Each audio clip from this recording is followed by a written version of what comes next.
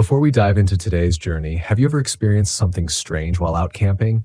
Share your story in the comments below, and let's build this haven of eerie campfire tales together.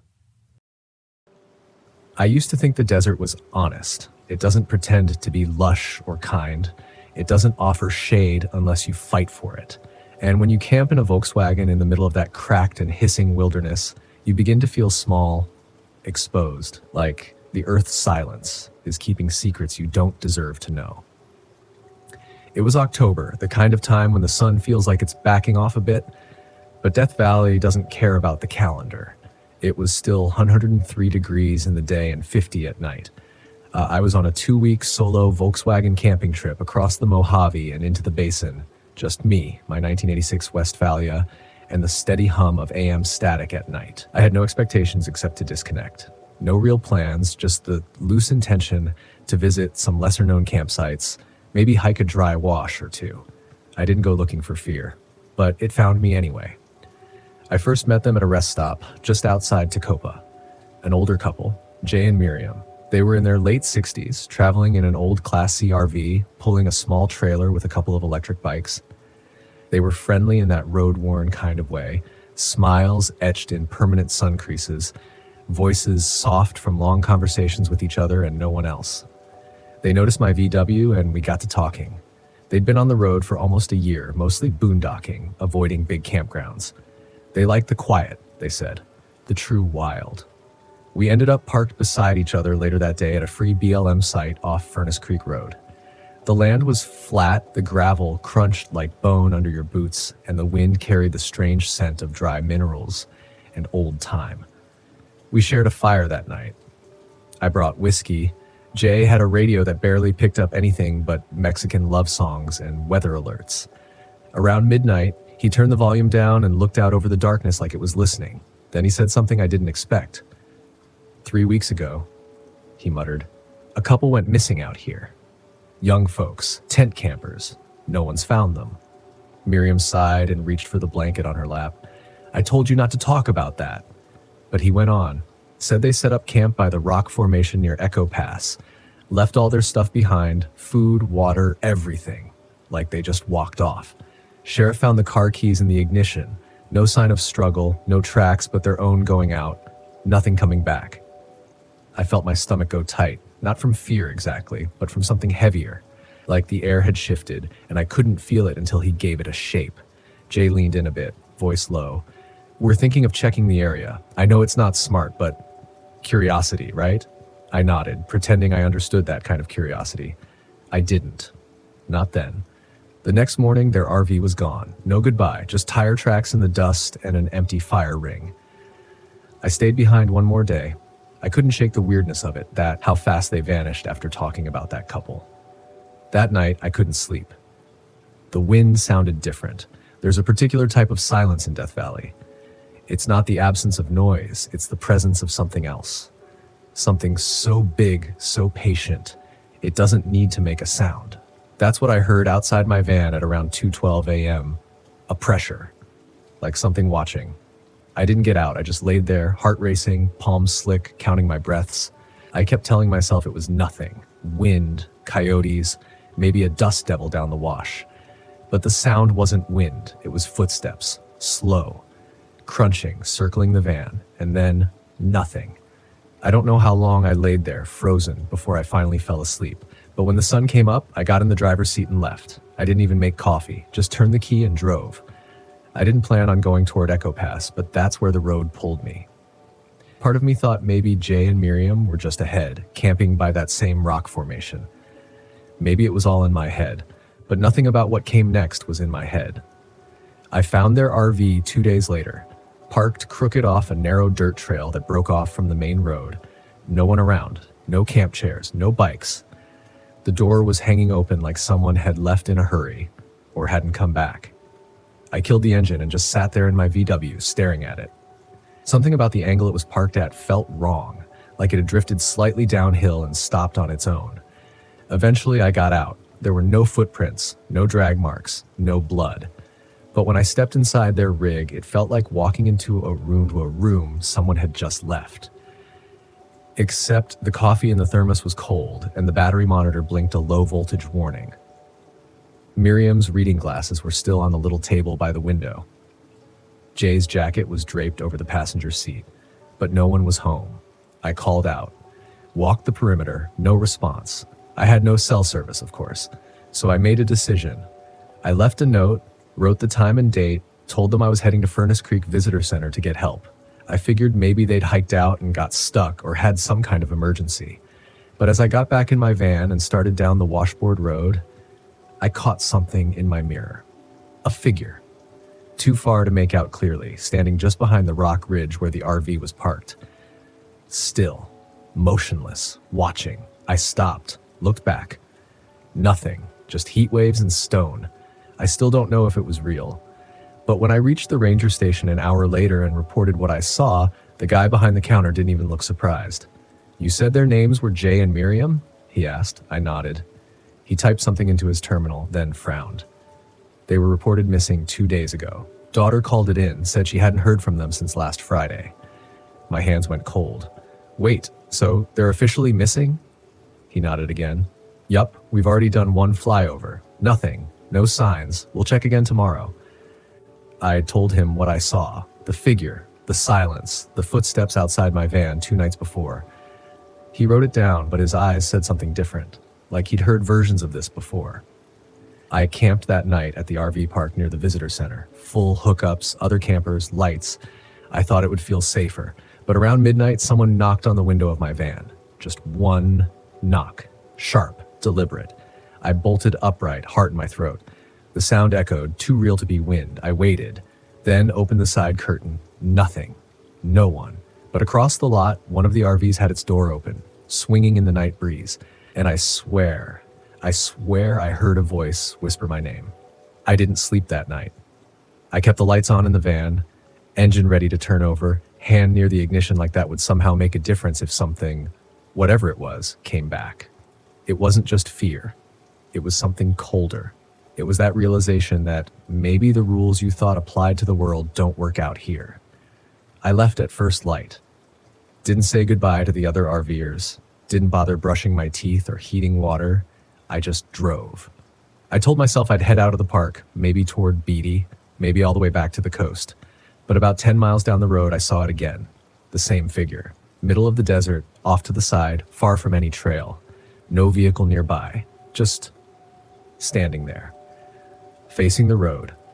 I didn't stop this time. I looked straight ahead, tightened my grip on the wheel, and told myself over and over, it's a mirage.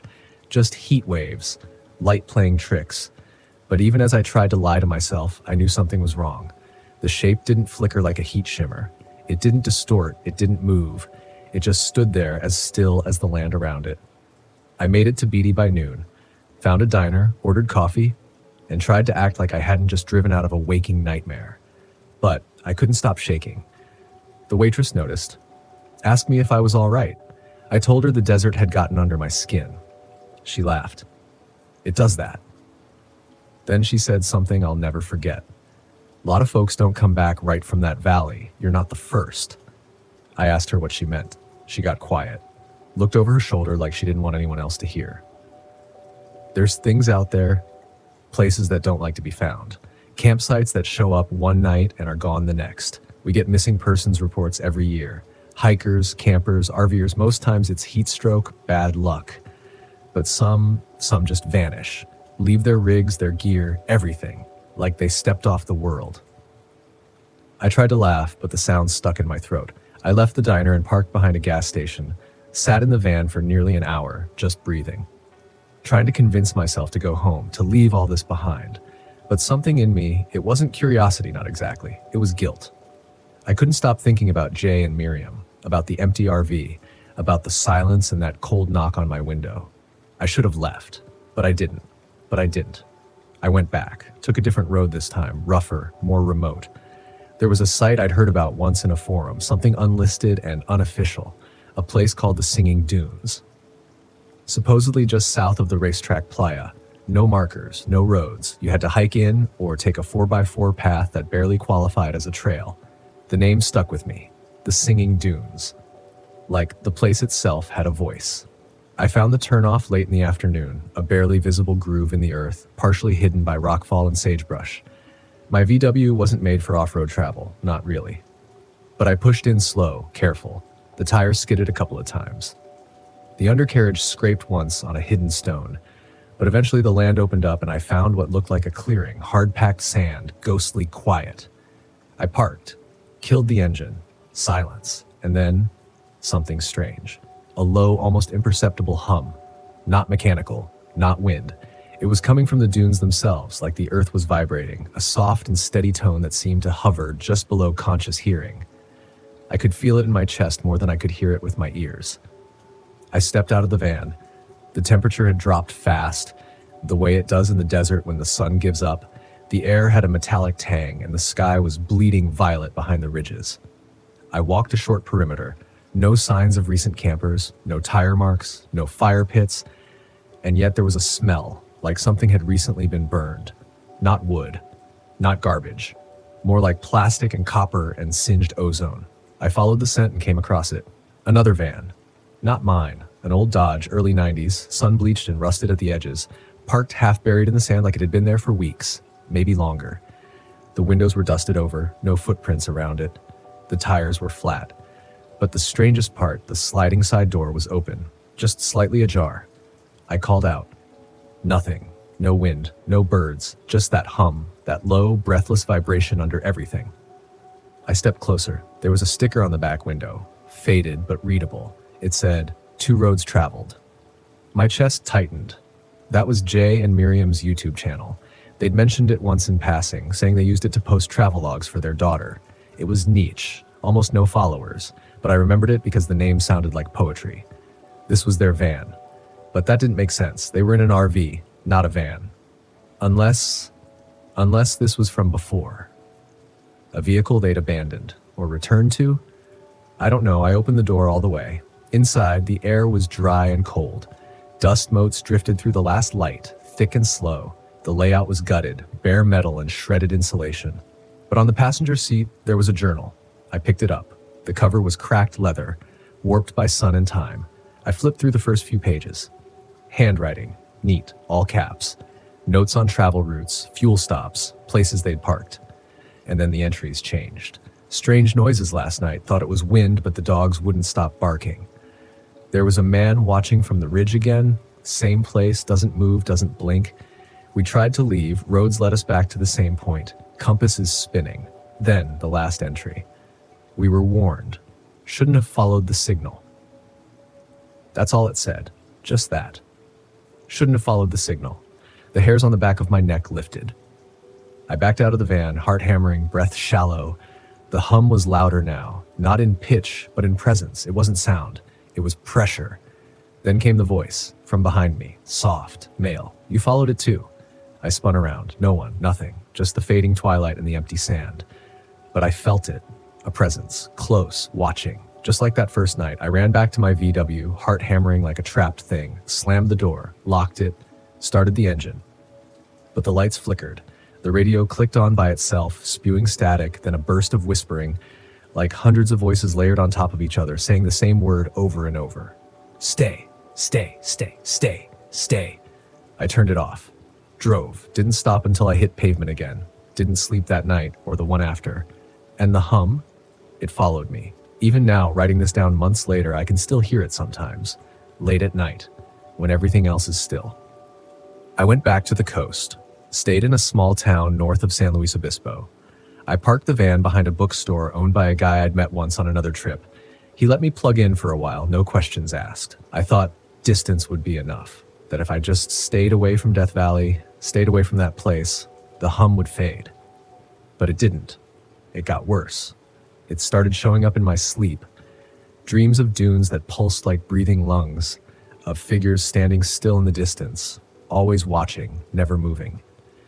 I'd wake up sweating, breath shallow, engine already running from my panicked hand, turning the ignition in the middle of the night. Once, I woke up with the van door open, just a crack, like something had been inside and left without needing to be seen. I tried turning to logic. I told myself it was just stress, some kind of desert-induced hallucination, mixed with dehydration and guilt. But the body doesn't lie, not when your hands tremble for no reason, when your appetite vanishes, when every quiet moment feels like it's hiding something just out of sight. One afternoon, I cracked. I drove to a public library, asked to use one of the computers. I typed in "missing RVers Death Valley," expecting the usual articles about dehydration, mechanical failure, people underestimating the landscape. Instead, I found a pattern. Not obvious, but it was there.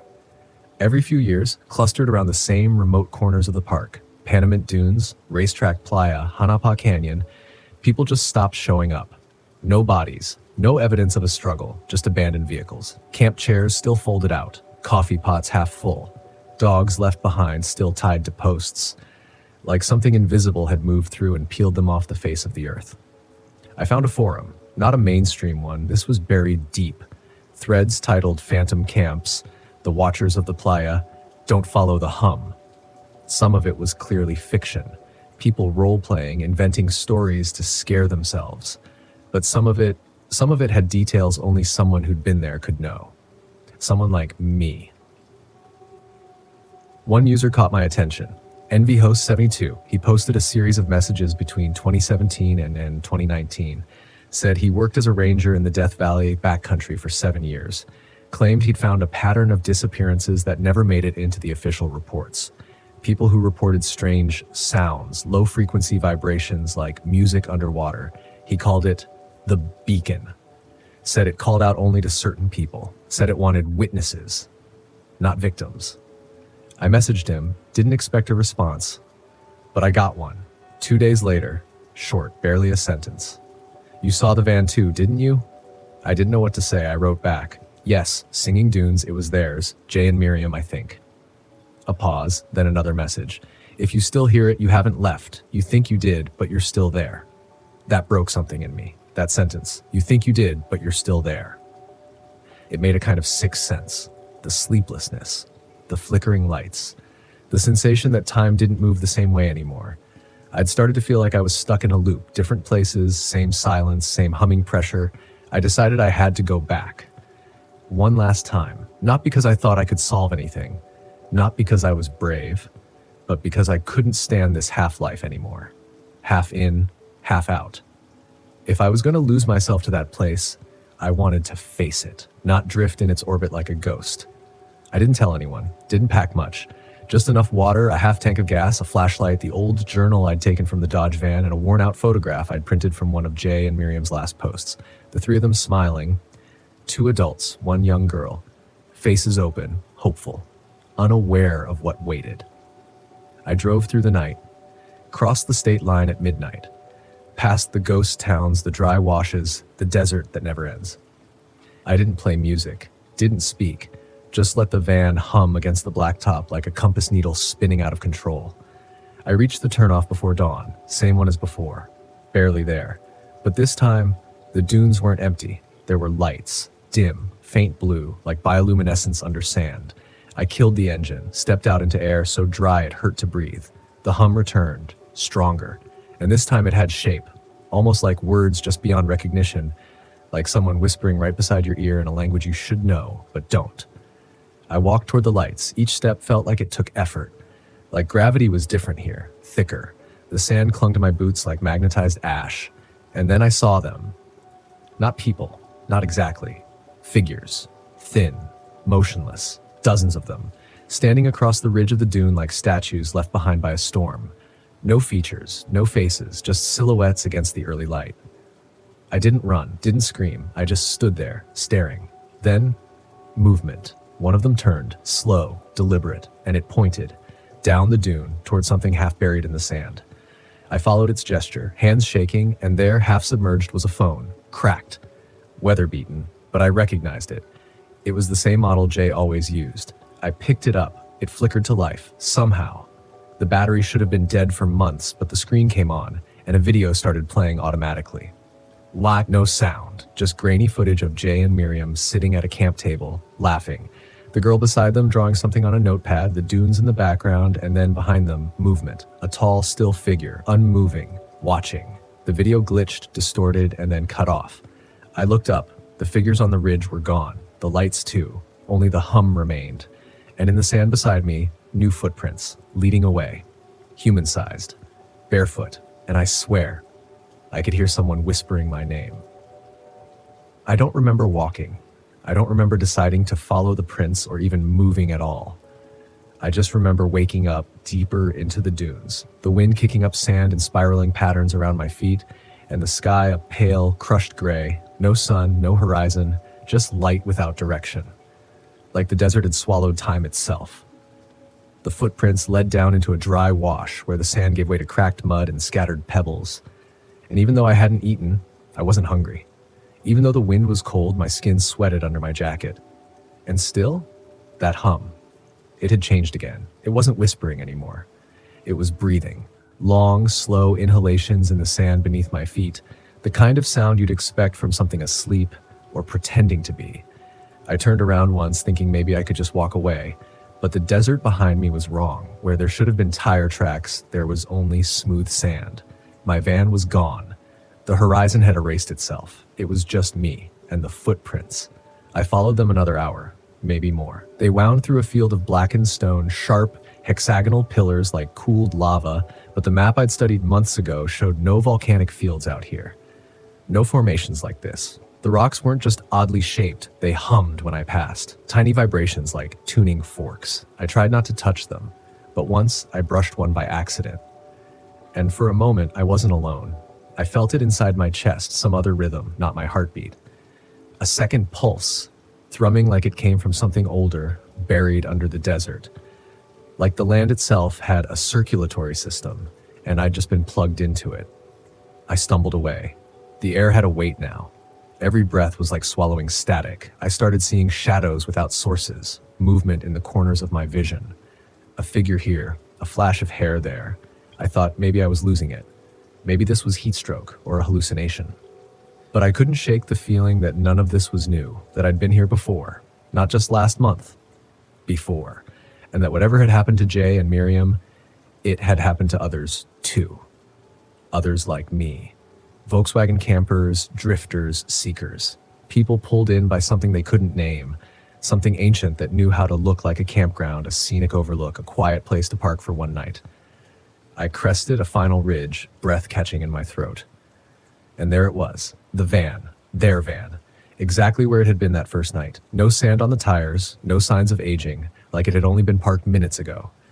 I walked up slowly, every cell in my body screaming for me to turn around, but I couldn't. I had to know. The door was unlocked. I slid it open. Inside was not what I expected. No bones, no rot, no signs of panic. Everything was clean, pristine. The blankets folded, a book open on the table, 3 mugs, 1 small, and a note. Just one line, written in handwriting that didn't match either of theirs from what I remembered in the journal. You came back. Good. I backed out. The sun, or whatever counted for it, dimmed further. I looked up and the figures were there again. Dozens. Closer now. Still unmoving. Still silent. But there was something different this time. They weren't watching me. They were waiting for me. And in that moment, I understood something terrible. I wasn't meant to find Jay and Miriam. I wasn't meant to save anyone. I was meant to witness, to remember, to carry the story out into the world, the way they tried to before vanishing. I took a photo of the van, the only time I've ever used my phone out there. And as the shutter clicked, a strange thing happened. The figures vanished. The air lightened, the hum receded, and the desert returned. Real this time. The wind, the sun, the normalness of it all almost made me cry. My own van was there again too, parked exactly where I left it, and the photo? Gone. Not in my phone. No evidence I'd ever seen that second van. But I knew. God help me, I knew. I drove west until I hit pavement again, and I didn't stop until I hit the California coast. Somewhere near Ventura, I parked, climbed onto the roof of the van, and stared out at the ocean for what felt like hours. It's been a year since then. I still live out of my Volkswagen, still roam. But I don't camp in the desert anymore. Not ever. People ask why I avoid it. Some friends joke about UFOs or ghost stories. I don't laugh because there's something in Death Valley that doesn't just kill people. It takes them, swallows their names, their stories, and erases them from memory. And once you've heard the hum, once it chooses you, you never fully leave. You'd think after all that, I'd be done. That I'd find an apartment, a therapist, maybe settle down somewhere with street lights and neighbors and a front porch I could sweep in the morning. But that's not how this kind of thing ends, because the road doesn't just take from you, it rewires you. And once you've been that far out, that close to whatever watches in the uncharted corners of this country, a door inside you stays open, even if you want it closed. There are moments now, quiet ones, when I'm parked under a redwood canopy or beside a sleepy lake in the Midwest, and I feel it again, that low vibration, that hum in the silence. And I remember the stillness of those figures, the calm with which they watched, not like predators, not even like ghosts, more like archivists, keepers of something older than understanding. And I asked myself, were Jay and Miriam taken, or did they choose? Because I think there's something seductive about the silence out there. The complete severing of the modern world. No time, no screens, no identity beyond breath and dirt and sky. That kind of peace, it tempts people who carry too much weight on the inside. People like me. I've come to believe they weren't the first, and they won't be the last. I've seen too many empty Volkswagens at desert trailheads, too many makeshift memorials with faded photos and plastic flowers hardened by heat. Some folks call it just the desert being the desert. Harsh terrain, unpredictable weather, nature taking its toll. But nature doesn't fold the maps. It doesn't leave clean coffee mugs behind. It doesn't whisper your name when you haven't spoken it out loud in days. I think there's something else out there. And I think it wants to be forgotten. So I keep moving. Because stillness feels like an invitation now. And I won't give it another chance to answer. But here's the thing. And this is what keeps me up some nights when I'm parked in remote lots under the stars. Most people won't know when it starts. Not at first. You'll just feel a little more tired than usual. You'll sleep in an extra hour without remembering your dreams. You'll forget what day it is, what your voice sounds like. You'll start watching shadows instead of birds. The wind will carry words that don't make sense, and you'll tell yourself it's just a trick of the ear. You'll justify it all, because you want the freedom, the silence, the detachment. That's how it begins. And if you're not careful, that quiet becomes the loudest thing you've ever heard. I keep telling myself I'm still here, still sane, still driving the same roads, even if they look different now. But some nights I wake up and there's sand on the floor of the van, footprints I didn't make, and a single clean coffee mug sitting on the counter, still warm. And I wonder, am I really out? Or is this just the next room in whatever place I never left? I don't know how to end this story. I don't even know if I should. But if you're listening to this, if you've ever taken your Volkswagen out into the desert and felt something brush the edges of your mind, leave. Now. Don't finish the trip. Don't go looking for stories like this one. Because the desert doesn't care about closure. It only cares about silence. And the more you dig for answers, the more it watches, waiting, until one day, you stop returning calls. Your van is found, keys still in the ignition, a journal half written, a map with a single place circled, and no one left to say why. Don't let that be you.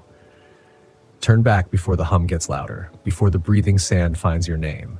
And if it's already too late, then I hope to God you don't hear it tonight. Because once it speaks to you, there is no going back, only deeper.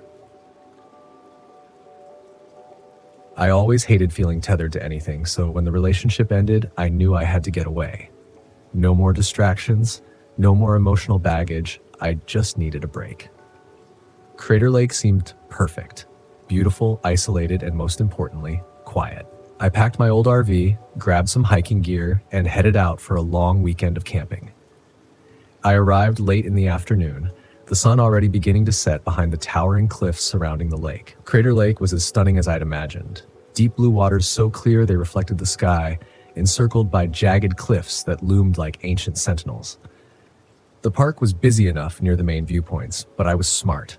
I'd found a campsite far from the crowds, tucked away near the southeastern shore where the trees were thick and the lake was quieter, almost unnervingly so. It was just what I wanted. Solitude. But as I parked my RV and set up camp, a strange feeling settled over me. The wind was too still, and even though the lake was calm, there was a low hum in the air like the whisper of something just out of earshot. I shook it off. Just nerves, I told myself. Nothing to worry about. After all, I hadn't done a solo trip like this since before I met Sarah. The memories tugged at me, but I pushed them away.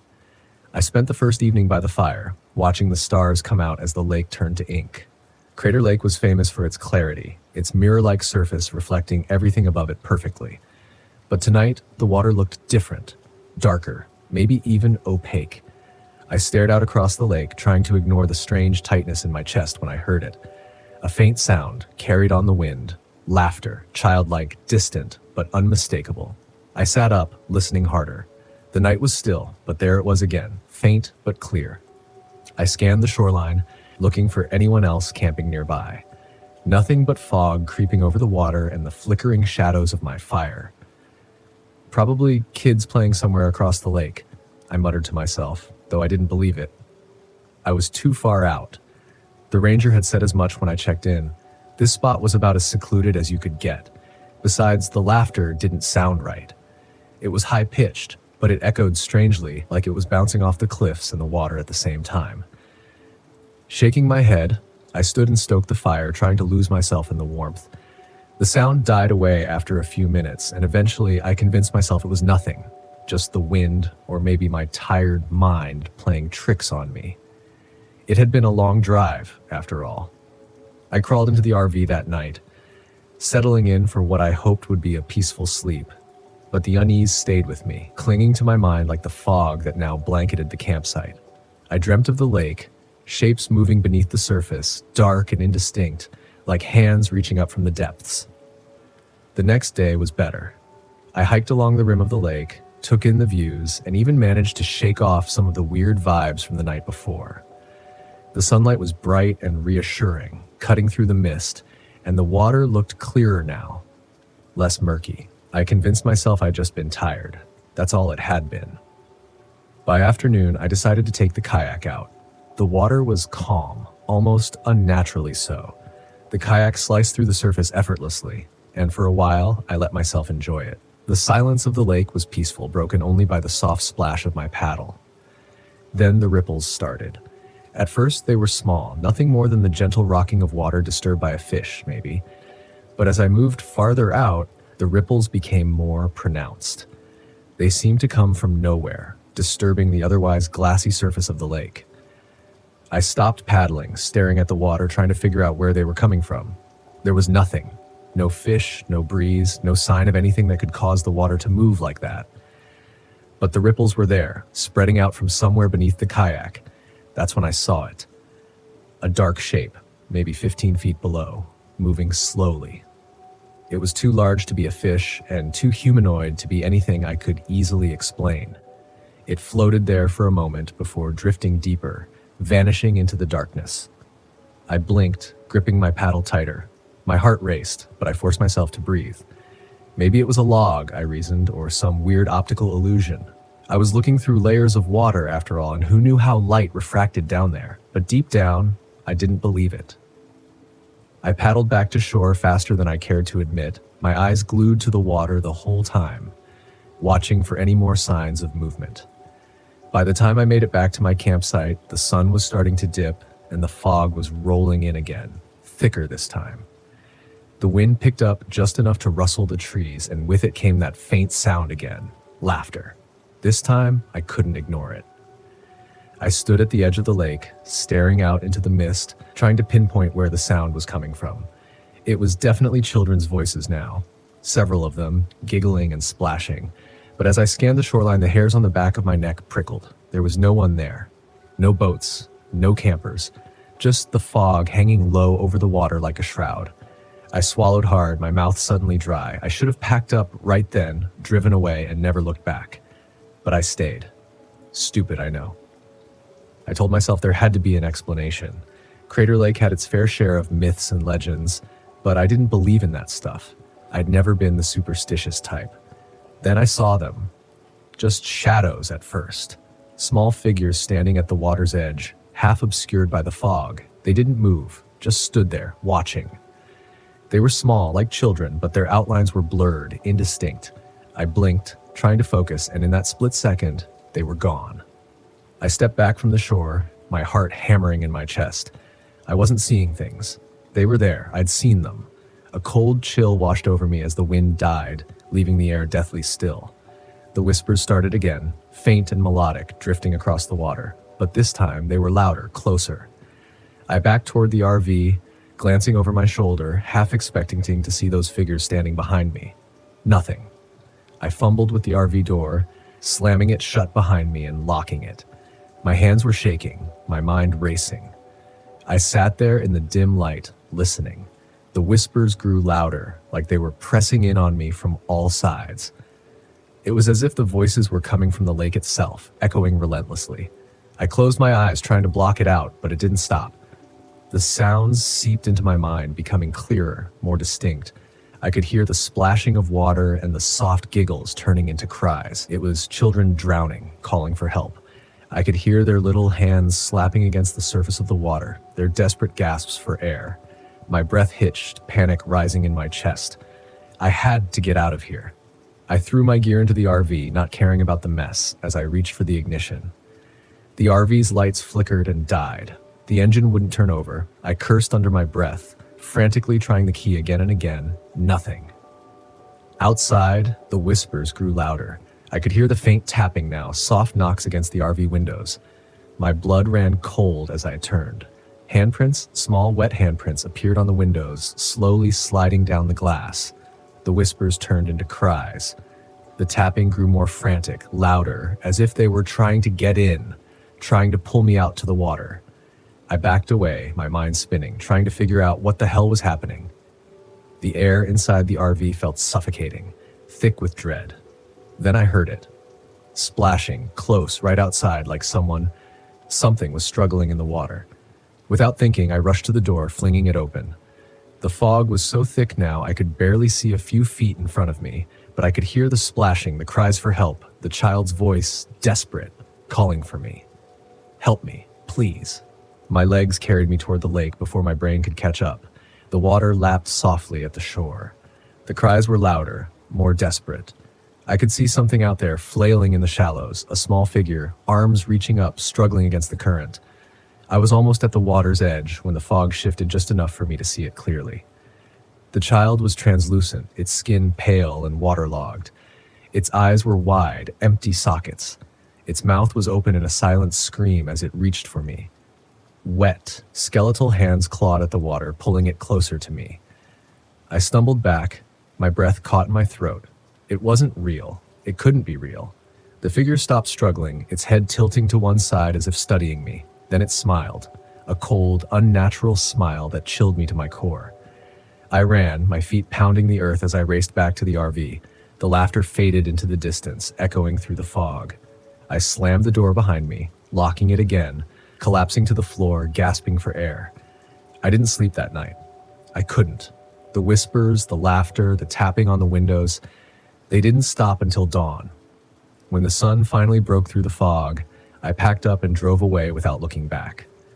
I didn't care that the RV was barely running or that I left half my gear behind. I just needed to get away from that lake. But even now, as I sit in the safety of my apartment, I can still hear them sometimes. The faint whispers, the splashing of water, the laughter. Crater Lake isn't as quiet as it seems, and I know they're still there waiting. My name is Fielder Richards, and in 2000 I was on a solo trip through the Ozarks, armed with nothing more than a stubborn streak and an RV I'd bought with half my savings. I thought I'd find peace, maybe some space to decompress.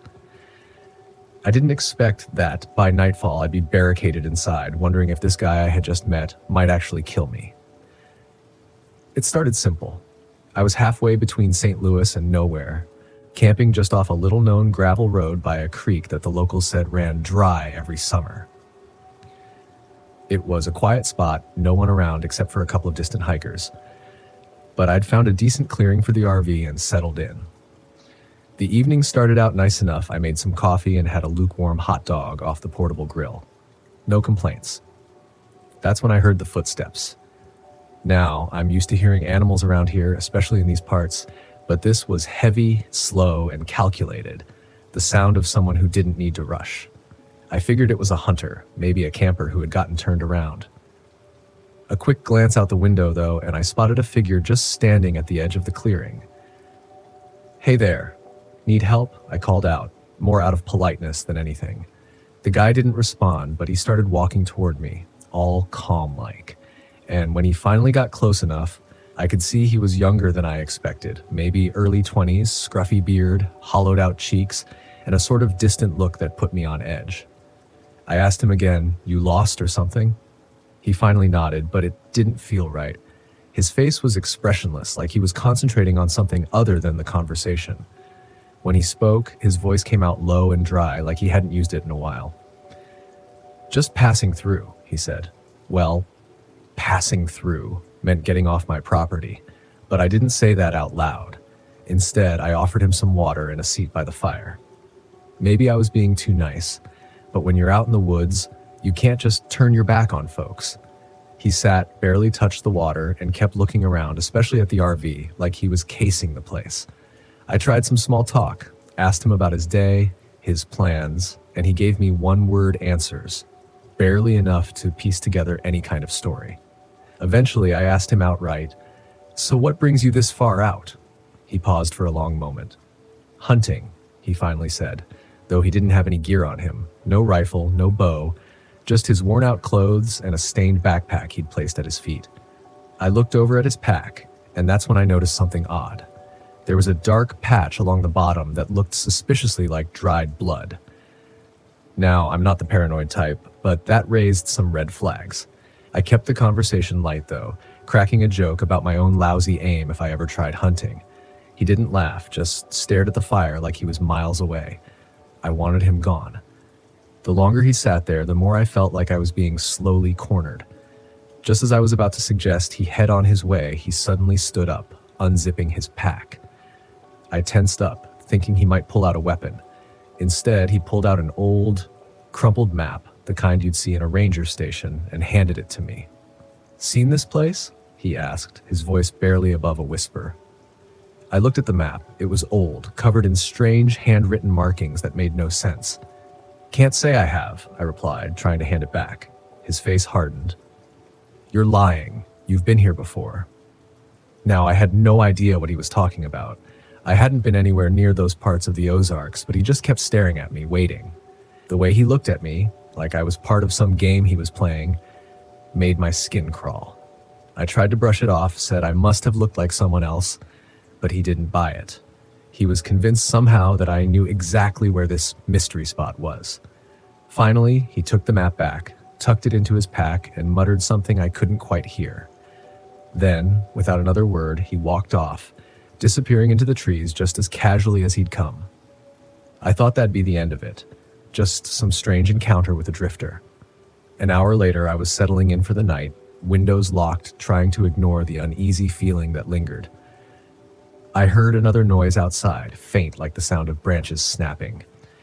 I figured it was some animal, but I reached for the flashlight just in case. As soon as the beam hit the trees, I saw him, just standing there, watching me, his face hidden in the shadows. He didn't move, didn't say a word, just watched. The flashlight beam flickered, then went out, leaving me in darkness. By the time I got it working again, he was gone. I locked the RV tight after that, bolted every door and window, thinking maybe he'd move on, find some other campsite to haunt. But around midnight, I heard him again. This time, closer. A tapping at the window, slow, rhythmic, like he was testing my patience.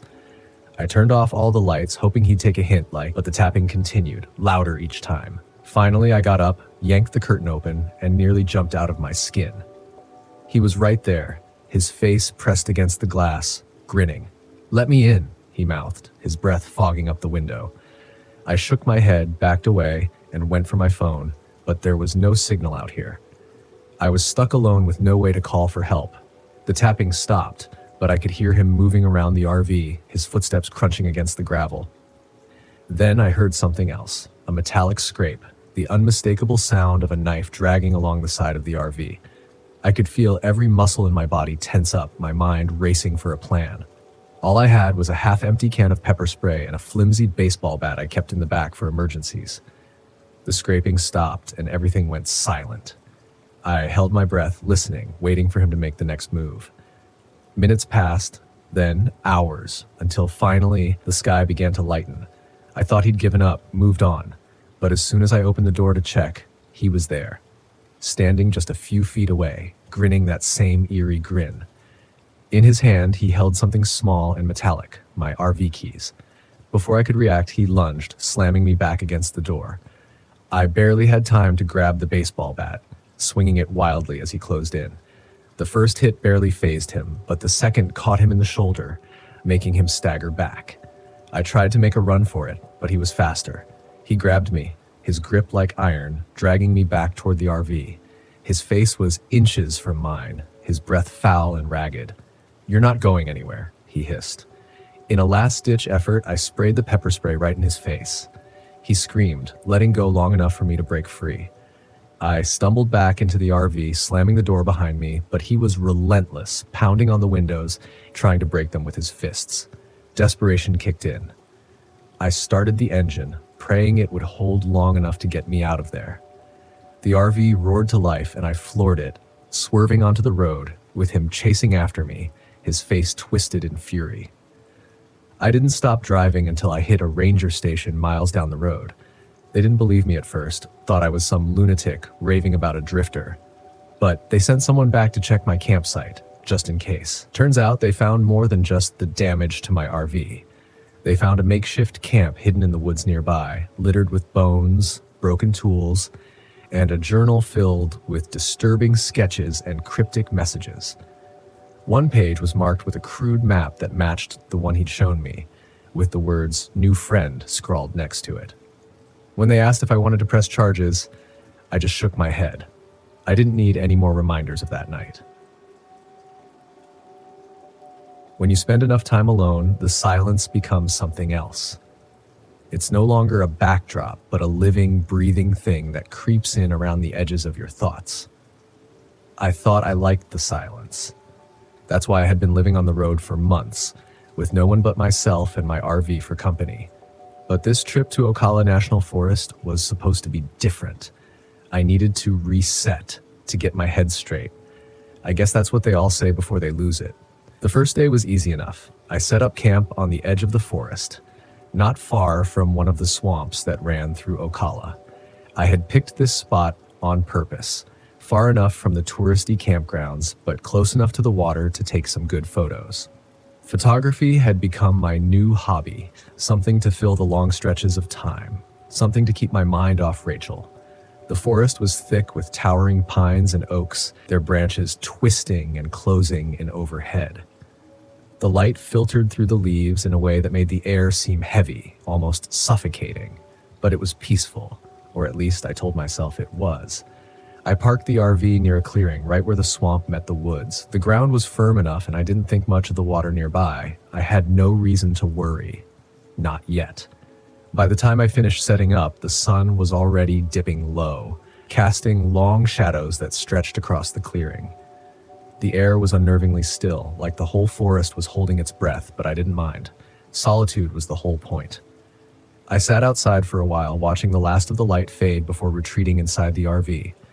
The hum of the small generator I had hooked up was the only sound breaking the silence. Everything seemed fine. Everything was fine, until the light started flickering. It was subtle at first, just a dimming of the overhead lights. I figured the wiring was faulty. Nothing I couldn't fix. I'm a mechanic by trade, after all. I ignored it, settling in with a book, trying to lose myself in the words. But then the flickering got worse. The lights flashed on and off in rapid succession. The shadows in the RV danced wildly before everything went dark. I sighed, more frustrated than anything, and grabbed my flashlight.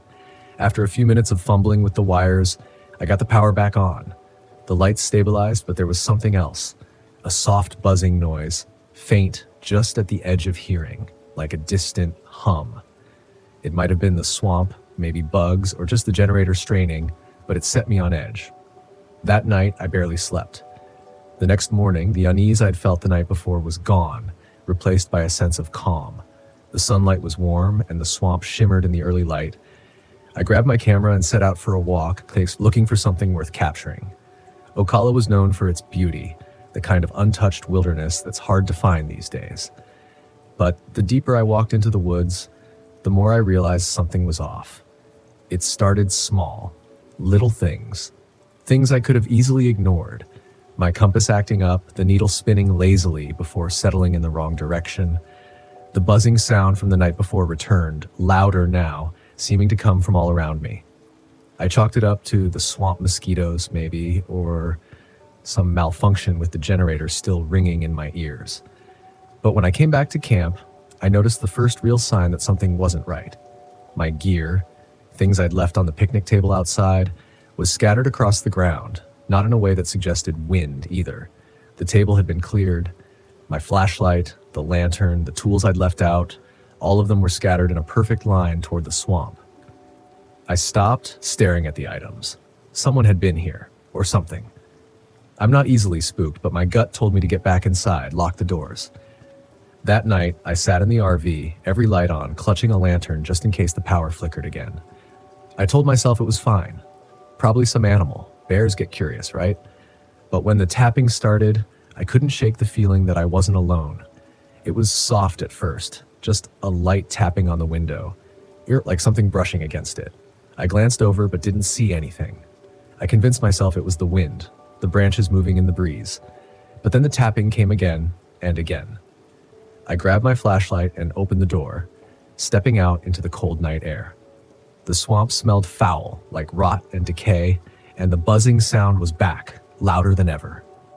I swept the beam of the flashlight across the clearing, and that's when I saw them. Footprints, large, human-like prints, leading right up to the window of my RV. The mud was fresh, still wet from the swamp, and the prints were clear. But there were no other signs of anyone around, no trails leading away. Just those prints, stopping right at the window. Then, nothing. I froze, my breath catching in my throat. I wanted to believe it was someone playing a prank, some camper messing with me, but I hadn't seen another soul since I got here. No cars at the trailhead, no signs of other campers nearby. I hurried back inside, locking the door, but I knew it wouldn't help. The feeling in my gut told me I was being watched. By the third day, I wanted out. I'd seen enough. But when I tried to start the RV, nothing happened. The engine clicked but wouldn't turn over. I tried again and again, but the RV refused to start. Panic settled in. My phone had no signal, this deep in the forest, and the nearest ranger station was miles away. The buzzing sound was louder now, constant, like a low hum in the back of my skull. I packed a bag and decided to hike out. Staying another night was out of the question. The trail was familiar enough, but something was different. The air was thick, stifling, and the swamp seemed to have crept closer.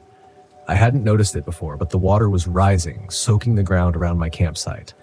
The once dried trail was now a muddy mess, slowing me down as I tried to navigate through the trees. And then I saw them. At first, they were just shadows moving between the trees, barely visible in the corner of my eye. I stopped, trying to focus, but every time I turned to look, they were gone.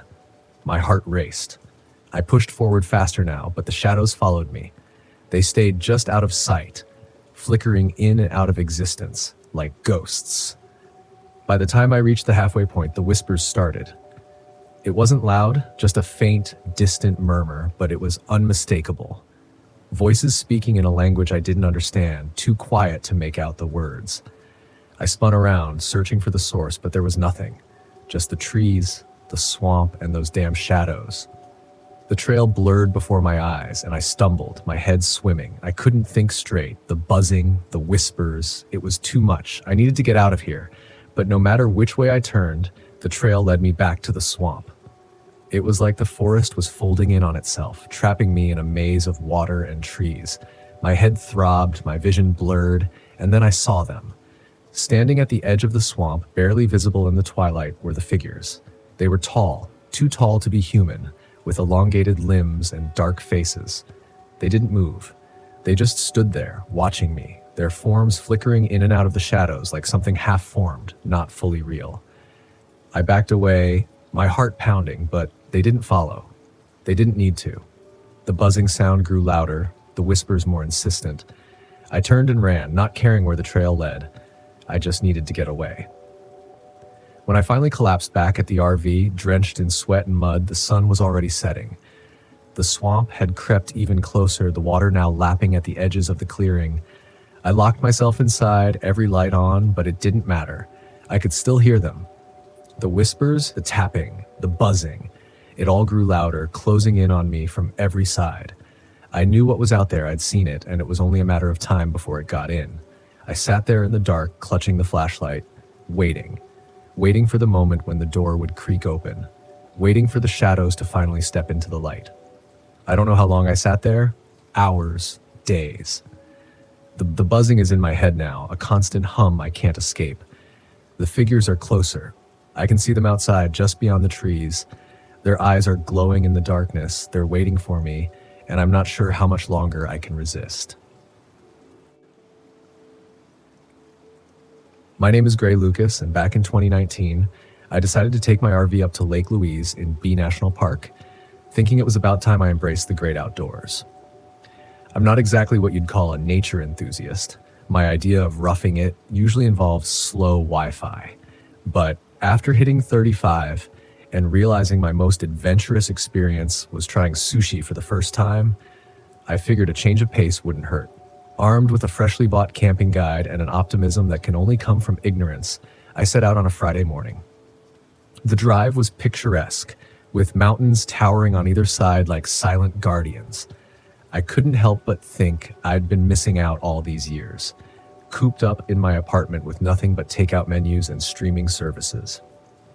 When I finally arrived at the campsite, a friendly park ranger named Lucas greeted me. He looked every bit the outdoorsman, tall, rugged, and with a beard that probably had its own zip code. "First time here?" he asked, noticing my city slicker attire. "Is it that obvious?" I replied, glancing down at my spotless hiking boots. They were so new they squeaked. "Just a hunch," he said with a grin. "Let me know if you need anything, and watch out for the wildlife. They can be unpredictable." "I'll keep an eye out, or maybe two," I joked. I parked my RV in a secluded spot near the edge of the lake. The water was so clear it mirrored the sky, and I thought maybe nature wasn't so bad after all. Setting up camp was easier than expected, mostly because the RV did all the work. I unfolded a lawn chair, cracked open a beer, and settled in to enjoy the view. As the sun began to set, I attempted to cook over an open fire. Let's just say if there were an award for most charred hot dog, I'd be a strong contender. Still, there was something satisfying about eating under the stars, even if the food was borderline inedible. That's when I noticed a figure across the lake near the tree line. At first, it looked like another camper, but something about the way they stood there, motionless, was unsettling. I squinted, but before I could make out any details, they slipped into the woods. "Probably just another nature enthusiast communing with the trees," I muttered, taking another sip of my beer. Later that night, as I was getting ready to turn in, I heard a rustling noise outside. I thought it might be a raccoon attracted by the smell of burnt hot dogs. Grabbing a flashlight, I stepped out of the RV. "Who's there?" I called out, feeling a bit foolish. The beam of light cut through the darkness, revealing nothing but trees and shadows. Just as I was about to head back inside, I saw a glint of something near the base of a tree. Curiosity piqued. I walked over and found a small silver locket lying in the grass. It looked old, tarnished with age. I opened it to find a faded photograph of a young woman. How did this end up here? Deciding it was too late to ponder mysteries, I pocketed the locket and went back inside. Sleep didn't come easily. Every creak of the RV seemed amplified in the silence. I told myself it was just the unfamiliar surroundings. Eventually, exhaustion took over. The next morning, I woke to the sound of knocking. I opened the door to find Lucas standing there, a serious look on his face. "Morning," he said. "We're conducting a search. A camper has been reported missing. Have you seen or heard anything unusual?"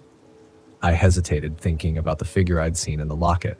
"Actually, I found this last night," I said, handing him the locket. He examined it closely. "This belongs to Emily Sanders," he said quietly. "She was reported missing 2 days ago." A chill settled in my gut. "I thought I saw someone near the woods yesterday," I added. Lucas nodded. "If you see or hear anything else, let us know immediately."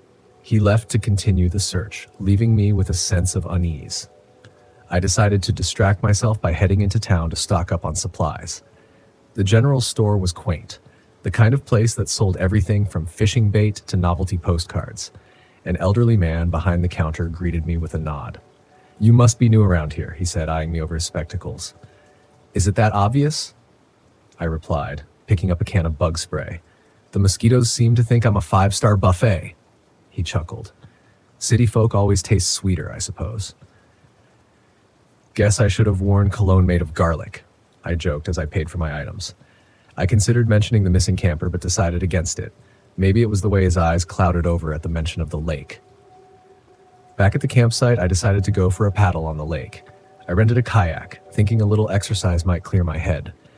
As I glided across the water, the serenity was palpable, until I noticed something floating near the shoreline.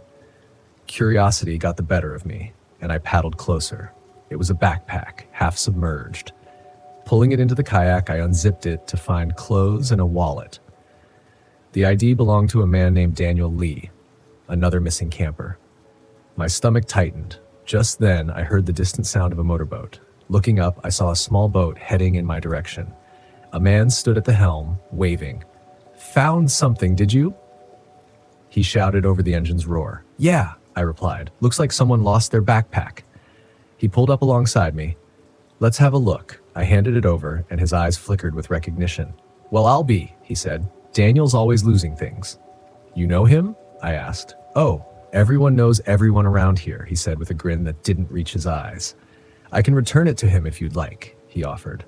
Something about him made me uneasy. "That's okay," I said, forcing a smile. "I'll give it to the park rangers." His expression hardened for a split second before returning to a friendly facade. "Suit yourself," he said, revving the engine. "Be careful out here. The lake can be unpredictable." With that, he sped off, leaving me bobbing in his wake. I returned to shore, my mind racing. Who was that man, and why did he seem so eager to take the backpack? I headed straight to the ranger station and handed over the backpack to a woman named Karen. She thanked me and assured me they'd look into it. Feeling restless, I wandered over to a bulletin board displaying missing person notices. Daniel Lee's face stared back at me, along with Emily Sanders and several others. How had so many people gone missing without making the news? I approached Karen again. "There seem to be a lot of missing people around here," I said. She sighed. "It's been a tough year. Folks come out here unprepared, underestimate the wilderness." "Is that all it is?" I asked. She looked at me thoughtfully. "You should enjoy your vacation. Leave the worrying to us." Unsatisfied, I left the station. That evening, I visited the local bar, the Moose's Head, hoping to glean some information. The place was a mix of tourists and locals. I took a seat at the bar next to a man nursing a beer. "Rough day?" I asked. He glanced at me. "You could say that. Tell me about it." "I came here for some peace and quiet, and now I'm in the middle of a missing persons mystery." He raised an eyebrow. "You talking about the campers?" I nodded. "Seems like no one wants to talk about it." He took a sip of his beer. "People around here are superstitious. They think the woods are haunted." I smirked. "Do you believe that?" He shook his head. "No, but I do believe there's something out there." "Like what?" He leaned in. "There's talk of a man who lives deep in the forest. Some say he's a former military type who went off the grid." "You mean Victor?" I asked, recalling the name. The man stiffened. "You've met him?" "Briefly. He gave me the creeps." "Stay away from him," he warned. "He's dangerous." Before I could ask more, he got up and left. Back at the campsite, I couldn't shake the feeling of being watched. I double-checked the locks on the RV and kept a flashlight within reach. Sleep was fitful, filled with fragmented dreams. At one point, I thought I heard footsteps outside, but when I looked, there was nothing. The next morning, I'd had enough. I began packing up, ready to cut my trip short. As I was throwing away the last of my gear, I noticed a piece of paper tucked under the windshield wiper. Unfolding it, I read, "Leave while you still can." My heart raced. Was this a threat or a warning? I headed to the ranger station, but found it deserted. Frustrated, I decided to find Lucas. Driving along the main road, I spotted his truck parked near a trailhead. I followed the path, calling out his name. After about 20 minutes, I stumbled upon a clearing. In the center stood a cabin, old and weather-beaten. Against my better judgment, I approached. The door was ajar. Inside, the place was a mess, papers strewn about, maps pinned to the walls. Then I saw it. A wall covered in photographs, images of the missing campers, all marked with red X's. My own photo was among them, circled in red. A floorboard creaked behind me. I spun around to see Victor standing there, a twisted smile on his face. "You just couldn't leave well enough alone, could you?" he said. "What is this?" I demanded, gesturing to the wall. "An unnecessary collection," he replied, "to cleanse the area of intruders." "You're hurting innocent people?" He shrugged. "Sacrifices must be made to protect the land." I edged toward the door, but he blocked my path. "I'm afraid I can't let you leave," he said, pulling out a hunting knife. Desperate, I grabbed a chair and threw it at him. It caught him off guard, giving me a split second to dart past. I sprinted into the woods, adrenaline fueling my escape. Branches whipped against my face, roots threatened to trip me. I could hear Victor crashing through the underbrush behind me. Suddenly, I broke into a clearing and collided with someone. It was Lucas. "Help!" I gasped. "Victor, he's after me." Lucas's eyes widened. "This way," he led me to a hidden path that wound back toward the lake. "We need to get to the station," he said. Behind us, Victor's voice echoed, "You can't hide!" We reached the lake and jumped into a motorboat tied to the dock. Lucas fired up the engine and we sped across the water. Halfway across, the engine sputtered and died. "You've got to be kidding me," I groaned. Lucas frantically tried to restart it. On the shore, Victor appeared, aiming a rifle. "Get down!" Lucas shouted. A shot rang out, hitting the side of the boat. I grabbed a paddle and began rowing with all my might. Lucas joined me, and together we made it to the opposite shore. We scrambled up the bank and ran toward the main road. A patrol car was passing by, and we flagged it down. Inside were two officers who listened as we recounted everything. They called for backup and headed back to apprehend Victor. Hours later, we received word that Victor had been caught. After a brief standoff, he was taken into custody, muttering about protecting the land from invaders. An investigation revealed that Victor was a former park ranger who had lost his job due to budget cuts. He'd become obsessed with preserving the wilderness by any means necessary. Turns out the real danger wasn't the wild animals, but a man who couldn't let go of the past. I should have known better than to trust an unmarked road. After years of travel writing, you'd think I'd have a sharper instinct for bad decisions. But there I was, driving deeper into Ford Pinchot National Forest, chasing a forgotten trail that was supposed to lead me to a ghost town no one could find anymore, vanished off the map. The ranger at the visitor center had said with a grin, "People go looking for it and never see it again. It's like the road just swallows you up." He laughed, but I could see the glint in his eye. He loved spinning those kinds of tales for tourists. But I wasn't a tourist. I was a writer, damn it. I had an assignment to finish, and there was no room for ghost stories. I followed the narrow, crumbling logging road as it wound deeper into the trees. My RV rattled along, tires crunching over fallen branches and loose gravel. The road narrowed, barely wide enough for my rig, but I kept going. I'd done my research, and this was the right way, even if the forest seemed determined to reclaim the path. It had been a long day, and I was eager to set up camp and relax before exploring the area the next morning. The further I went, the thicker the trees grew, their branches knitting together overhead, blotting out the late afternoon sun. My GPS had long since lost signal, but I didn't need it. I was prepared. I had maps. I was confident I didn't get lost easily, but as I rounded the last bend in the road, something changed. The sky had been clear earlier, but a dense fog was rolling in now, thick and fast. I could barely see 10 feet in front of me. The road, which had been clear just moments ago, seemed to dissolve into a gray blur. I slowed to a crawl, squinting through the windshield. Just up ahead, a small clearing appeared through the mist. It wasn't much, but it was enough room for me to park the RV. I didn't have many other options. I pulled in, killed the engine, and stepped outside. The fog clung to everything, making the air feel damp and cold. It shouldn't have been this cold, not in early fall. The chill crept into my bones, but I pushed it aside and started setting up camp. Something about the silence gnawed at me, though.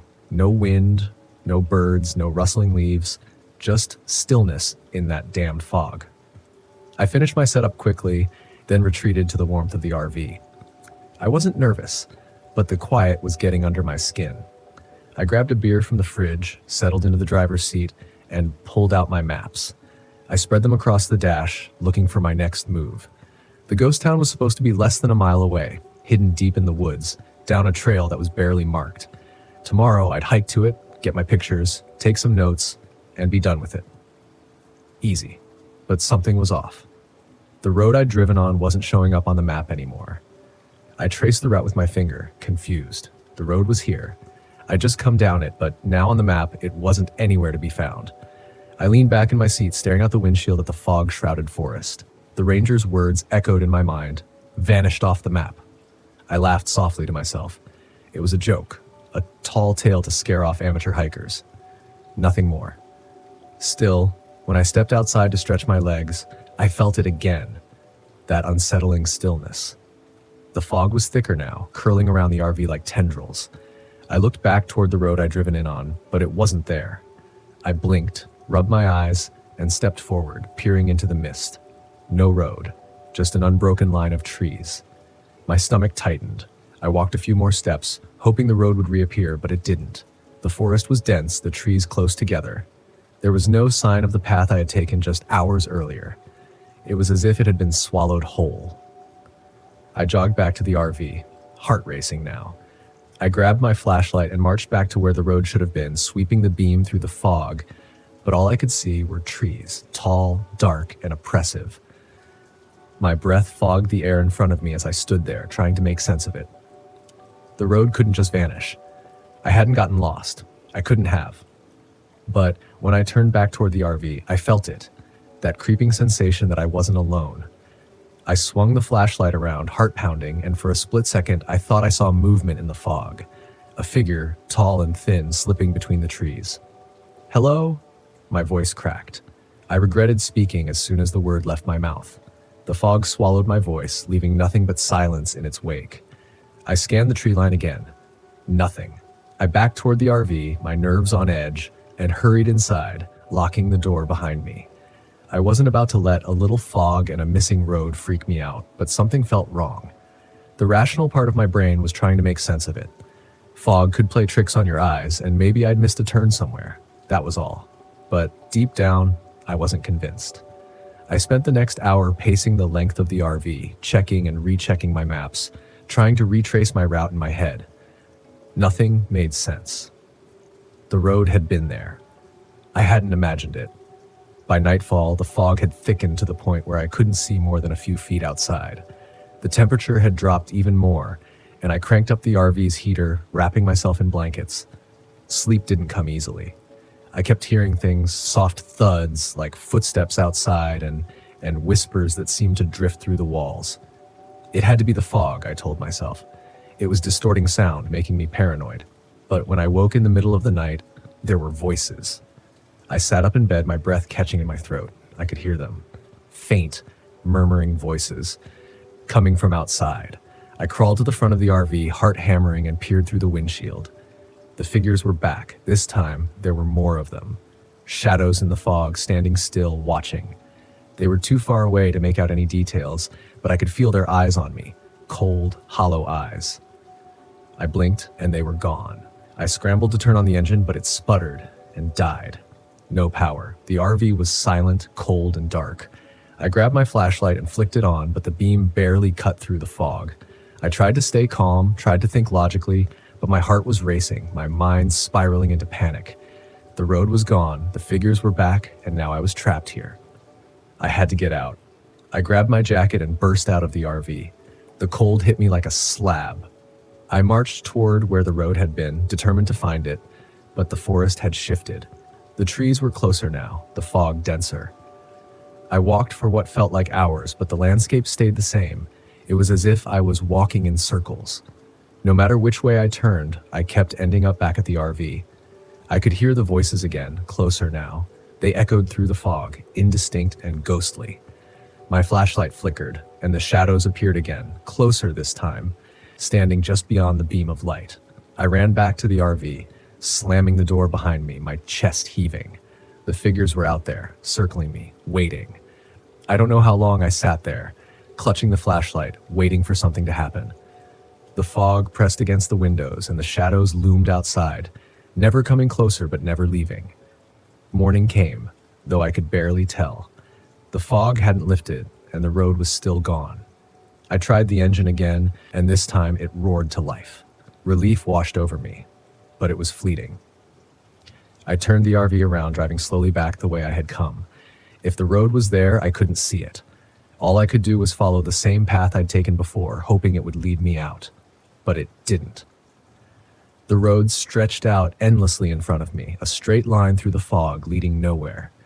And as I drove, I realized with sinking dread that I was still trapped. The road hadn't taken me anywhere. I was driving in circles, and the figures were still there, watching, waiting. They had me now. The vanishing road wasn't just a story. It was real, and I wasn't getting out. My name is Harlan Timothy, and back in 2017, I found myself in the heart of the Great Smoky Mountains National Park. I'd always fancied myself an outdoor enthusiast, though my friends joked that my idea of roughing it was staying at a 3-star hotel without room service. I decided it was high time to prove them wrong, so armed with a tent I'd never unfolded and a map I could barely read, I set out to conquer the Appalachian Trail. Well, at least a modest section of it. What's the worst that could happen? I thought. After all, people less competent than me had managed just fine, or so I hoped. On the first day, the sun was shining, birds were chirping, and I was patting myself on the back for embracing nature's grandeur. I even managed to set up my tent without it collapsing on me, which I considered a small miracle. That night, as I sat by the campfire attempting to cook beans straight from the can, I felt a sense of accomplishment. Who needed gourmet meals when you had the stars as your ceiling? The next morning, I met a fellow hiker named Lila. She was everything I wasn't, experienced, prepared, and unfazed by the wilderness. "First time out here?" she asked, eyeing my lopsided backpack. "Is it that obvious?" I chuckled. She grinned. "Just a hunch. Stick with me. I can show you some spots that aren't on the map." We spent the day trekking through trails that seemed untouched by anyone else. Lila had a knack for storytelling, regaling me with local legends and myths. One tale stood out, a story about a creature that supposedly roamed these mountains. "They say it's like a massive wolverine, but smarter. Almost cunning," she said, her eyes gleaming with mischief. "Sounds like my ex," I joked. As the sun dipped below the horizon, we set up camp near a clear, babbling brook. Lila insisted on making a proper fire, and soon the aroma of her homemade stew filled the air. "This sure beats canned beans," I admitted. "Stick with me and you'll be a pro in no time," she winked. That night, the tranquility was shattered by distant howls. "Wolves?" I asked, trying to keep my voice steady. "Wolves haven't been in these parts for decades," Lila replied, her brow furrowing. "Maybe it's a coyote with delusions of grandeur," I quipped. But deep down, unease settled in my stomach. The howls didn't sound like any animal I'd ever heard. They were deeper, resonating, almost like a guttural echo reverberating through the trees. We decided to turn in, chalking it up to the wild playing tricks on our city-dweller senses. Sleep came fitfully. I dreamt of shadowy figures darting between trees, always just out of sight. The next morning, we found tracks near our campsite, massive footprints with elongated claw marks. "I don't recall Bigfoot being a local resident," I said, half joking. Lila didn't laugh. "We should keep moving," she suggested. As we packed up, I noticed that some of our food supplies were missing. "I could have sworn I had a whole loaf of bread," I mumbled. "Probably a raccoon," Lila said, but her tone lacked conviction. We pressed on, but the forest seemed to grow denser, the canopy above blocking out more sunlight than before. The air felt heavy, laden with the scent of damp earth and something else, something musky and unfamiliar. Around midday, we stumbled upon an old cabin, seemingly abandoned. "Didn't think there'd be property listings out here," I remarked.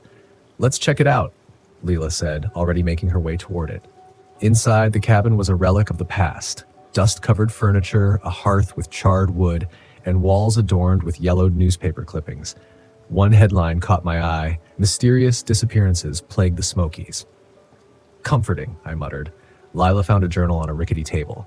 The entries were cryptic, detailing sightings of a creature that walks like a man but hunts like a beast. "Maybe we shouldn't be here," I suggested. She nodded. "Agreed. Let's keep moving." As we left the cabin, the forest seemed even quieter than before, as if holding its breath. The silence was broken by a snapping twig. We both froze. "Probably just another hiker," I whispered. "With feet that big?" Lila pointed to fresh tracks leading away from the cabin, matching the ones we'd seen earlier. We decided to pick up the pace. "You know, maybe speed hiking will be the next big fitness trend," I joked, trying to lighten the mood. The daylight began to wane, and setting up camp was less about comfort and more about necessity. We built a fire larger than the last, hoping it would act as a deterrent to whatever was out there. "Ever wish you were back in your cozy apartment?" Lila asked. "Right now, I'd trade all the stars in the sky for a flickering fluorescent light and the sound of traffic," I admitted. The night was restless. Every rustle, every distant sound had my nerves on edge. Around midnight, a scream pierced the silence. Not human, not animal, but something in between. Lila grabbed her flashlight. "Stay here," she instructed. "Like hell I will," I protested, grabbing a sturdy branch as a makeshift weapon. We cautiously moved toward the sound. The beam of the flashlight cut through the darkness, landing on a gruesome sight, a deer carcass torn apart as if by enormous claws. "Whatever did this is close," Layla whispered. "Close and in dire need of a vegetarian diet," I added, my attempted humor falling flat. A low, rumbling noise emanated from the shadows. We spun around, the flashlight catching a glimpse of something retreating behind the trees. "Did you see that?" I asked, my heart pounding. "Keep your voice down," she hissed. We backed away slowly, returning to our campsite. "We can't stay here," I said. "Agreed. We need to head back to the main trail," Lila replied. We hastily packed our gear, the feeling of being watched intensifying as we started moving. The forest seemed to come alive with sounds, branches snapping, leaves rustling, footsteps pacing us. "Ever feel like you're the punchline in a bad horror movie?" I whispered. "Less talking, more walking," she retorted. Suddenly, a figure leapt out from the bushes, knocking me to the ground. It was massive, standing on two legs like a human but covered in matted fur. Its face resembled that of a grizzly bear, but with sharper features and eyes that seemed almost intelligent. "Harlan!" Lila screamed, swinging her backpack at the creature. I scrambled to my feet as the beast turned its attention to her. Without thinking, I grabbed a rock and hurled it at its head. "Hey, ugly! Over here!" The rock struck its shoulder, barely causing a flinch but enough to divert its gaze back to me. "Great plan, Harlan," I muttered to myself. The creature charged. I dodged behind a tree, narrowly avoiding a swipe from its claws that left deep gashes in the bark. "I didn't sign up for this," I shouted. Lila dug frantically through her backpack. "Keep it busy," she yelled. "Sure. Let me just set up a tea party," I retorted, ducking another swing. She pulled out a flare gun. "Get down!" I dropped as she fired. The flare hit the creature square in the chest, igniting its fur. It let out a horrifying roar, thrashing wildly before darting back into the darkness. "Where did you get a flare gun?" I asked, panting. "Never leave home without it," she smirked, but her eyes betrayed her inner fear. "We need to move now." We sprinted through the forest, branches whipping our faces, the terrain uneven beneath our feet. Behind us, the creature's pained howls echoed, a grim reminder that it was wounded but not defeated. "There's a ranger station a few miles east," Lila shouted between breaths. "Lead the way." We pushed on, adrenaline fueling our escape. The forest began to thin, and for a moment hope sparked. That was until we stumbled upon another gruesome scene. A campsite ravaged, tents shredded, and no sign of the occupants except for scattered belongings. "This just keeps getting better," I said, nausea rising. Lila picked up a discarded map. "We're close." A blood-curdling howl pierced the air, closer this time. "I think Fluffy's back," I quipped. "Less joking, more running," she retorted. We tore through the remaining stretch of forest, the silhouette of the ranger station appearing at the top of a small hill. "Almost there," Lila encouraged. A sudden weight slammed into me from behind, knocking me flat. The creature had caught up, its fiery eyes glaring down, its breath hot and foul against my face. "Get off him!" Lila screamed, unloading another flare. This time, the creature anticipated it, swatting it away effortlessly. "Any more tricks up your sleeve?" I gasped, struggling beneath the beast's weight. She glanced around desperately. "The shed!" With a burst of strength fueled by sheer panic, I wriggled free as the creature was momentarily distracted. We bolted toward a small shed beside the ranger station. Inside, we barricaded the door with whatever we could find, tools, a workbench, anything to buy us time. Now what? I panted. She grabbed a hunting rifle mounted on the wall. Found something. Can you use that? Guess we'll find out. The door shook violently as the creature battered against it. Wood splintered, hinges groaned. Lila aimed at the door, her hand steady. On 3. 1, I began. 2, she continued. Before we could say 3, the door burst open. The creature lunged and Lila fired. The shot echoed and the beast recoiled, a dark stain spreading across its torso. It stumbled back, letting out a guttural noise somewhere between a snarl and a scream. Without wasting a second, Lila fired again. This time, the creature collapsed, its massive form crashing to the ground. We stood there, breaths ragged, hearts pounding. Is it dead? I asked. She approached cautiously, prodding it with the rifle's barrel. Seems like it. Relief washed over me. Well, that was a walk in the park, I joked weakly. Your idea of a park needs some work, she replied, managing a small smile. We alerted the authorities from the ranger station radio. When they arrived, their faces paled at the sight of the creature. Questions flew at us, but we had few answers. In the days that followed, news of the Beast of the Smokies spread like wildfire. Speculations ranged from genetic experiments to undiscovered species. Unable to shake my curiosity, I did some digging. Old archives, forgotten records, and whispered legends pointed to a reclusive scientist who'd lived in the area decades ago. Dr. Harold Whitaker had been obsessed with hybridization, merging human and animal DNA. His experiments were deemed unethical, and he vanished without a trace. It seemed his legacy hadn't vanished with him. I had been staring at the sinkhole for hours. The edges of the earth had crumbled away into a perfect jagged circle, leaving nothing but a gaping void beneath me. It was unnervingly symmetrical, as though the ground hadn't collapsed on its own, but had been carved out by something or someone. I crouched at the edge, carefully adjusting my geological scanner, but the equipment was giving me nothing but static. The readings were all over the place. This doesn't make sense, I muttered, tapping the scanner in frustration. I hadn't come all the way to Hollow Creek for faulty data. I took a deep breath and scanned the horizon. The thick pines loomed like sentinels around the campground, their pale light of late afternoon casting long shadows across the landscape. My RV sat parked a short distance away, looking small and vulnerable against the vast wilderness of Chugach National Forest. It was a beautiful place, no doubt. Quiet, remote, exactly what I needed to clear my head. But the silence had a weight to it, an unnatural stillness that gnawed at the edges of my mind. I was here on a solo trip, tasked with investigating the sudden appearance of several sinkholes that had been forming in the area. Geological instability was the theory, but something about the way these holes formed had raised red flags from the moment I arrived. The patterns were too precise, too deliberate. My phone buzzed, breaking the silence. It was Ethan, the local park ranger and the closest thing to human contact I'd had in days. His voice crackled through the static as I picked up. Hey Megan, how's it going out there? Not great, I admitted. The equipment's glitching again, and these sinkholes, I don't know, they feel weird. Not like anything I've seen before. Ethan chuckled, but there was an edge to it. Hollow Creek's always been strange. You wouldn't be the first to think something's off here. What do you mean? I asked, standing up and dusting off my jeans. You ever hear the stories about this place? Locals believe the sinkholes are more than just geological shifts. They think there's something ancient beneath the earth. The indigenous people used to call it the land that breathes. They thought the earth here was alive, that it could swallow you whole if you weren't careful. I rolled my eyes, though the words stirred an uneasy feeling deep in my gut. Sounds like folklore to me. Maybe, Ethan said, his tone serious now. But I'd be careful if I were you. These woods have a way of playing tricks on you, and the sinkholes, well, they've taken people before. People who didn't listen to the warnings.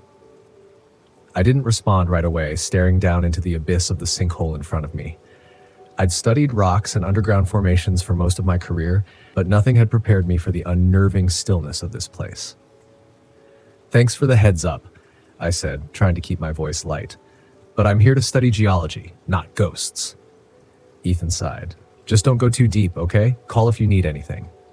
I hung up and pocketed the phone, but the conversation lingered in my mind. The land that breathes. Superstition, I told myself. Just old stories. I turned back to the sinkhole. Something inside me itched to see what was beneath the surface, to understand what was causing the ground to shift in such a strange, unnatural way. The patterns in the rocks I had been studying weren't like any natural formation I'd seen before.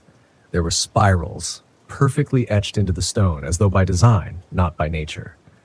The deeper I looked, the more I felt like I was standing on the edge of something I wasn't meant to find. That night, the first signs of trouble came in the form of noise, a low, deep rumbling that vibrated through the ground like the hum of a giant, unseen machine. It started just as I was finishing dinner, sitting by the campfire.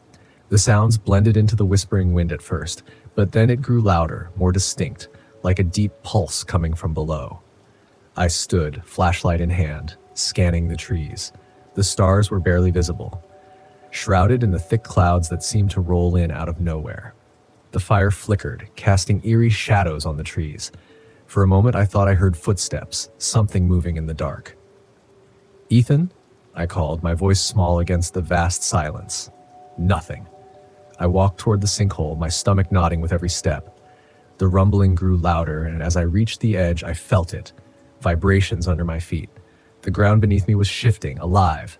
I shone my flashlight down into the hole, but the beam disappeared into the blackness, swallowed by the depths. I knelt, running my hand along the edge. The earth was soft, loose, as though it had only recently begun to settle after something had disturbed it. Suddenly, the ground beneath me gave way. I scrambled backward, heart racing, just as a section of the earth collapsed, sending a cascade of dirt and rocks into the sinkhole.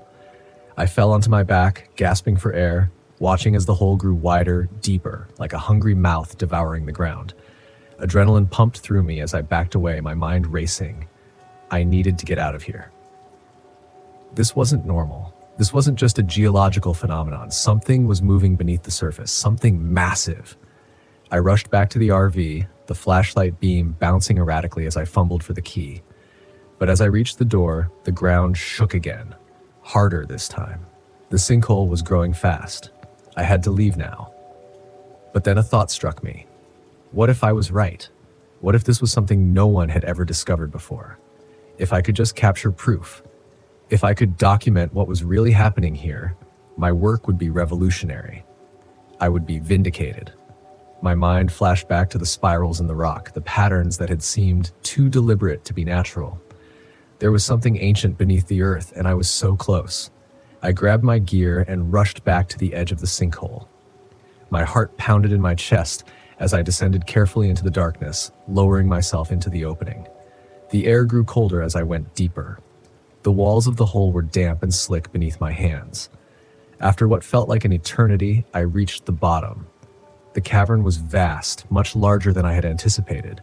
My flashlight illuminated jagged rock formations, but it was the carvings on the walls that caught my breath.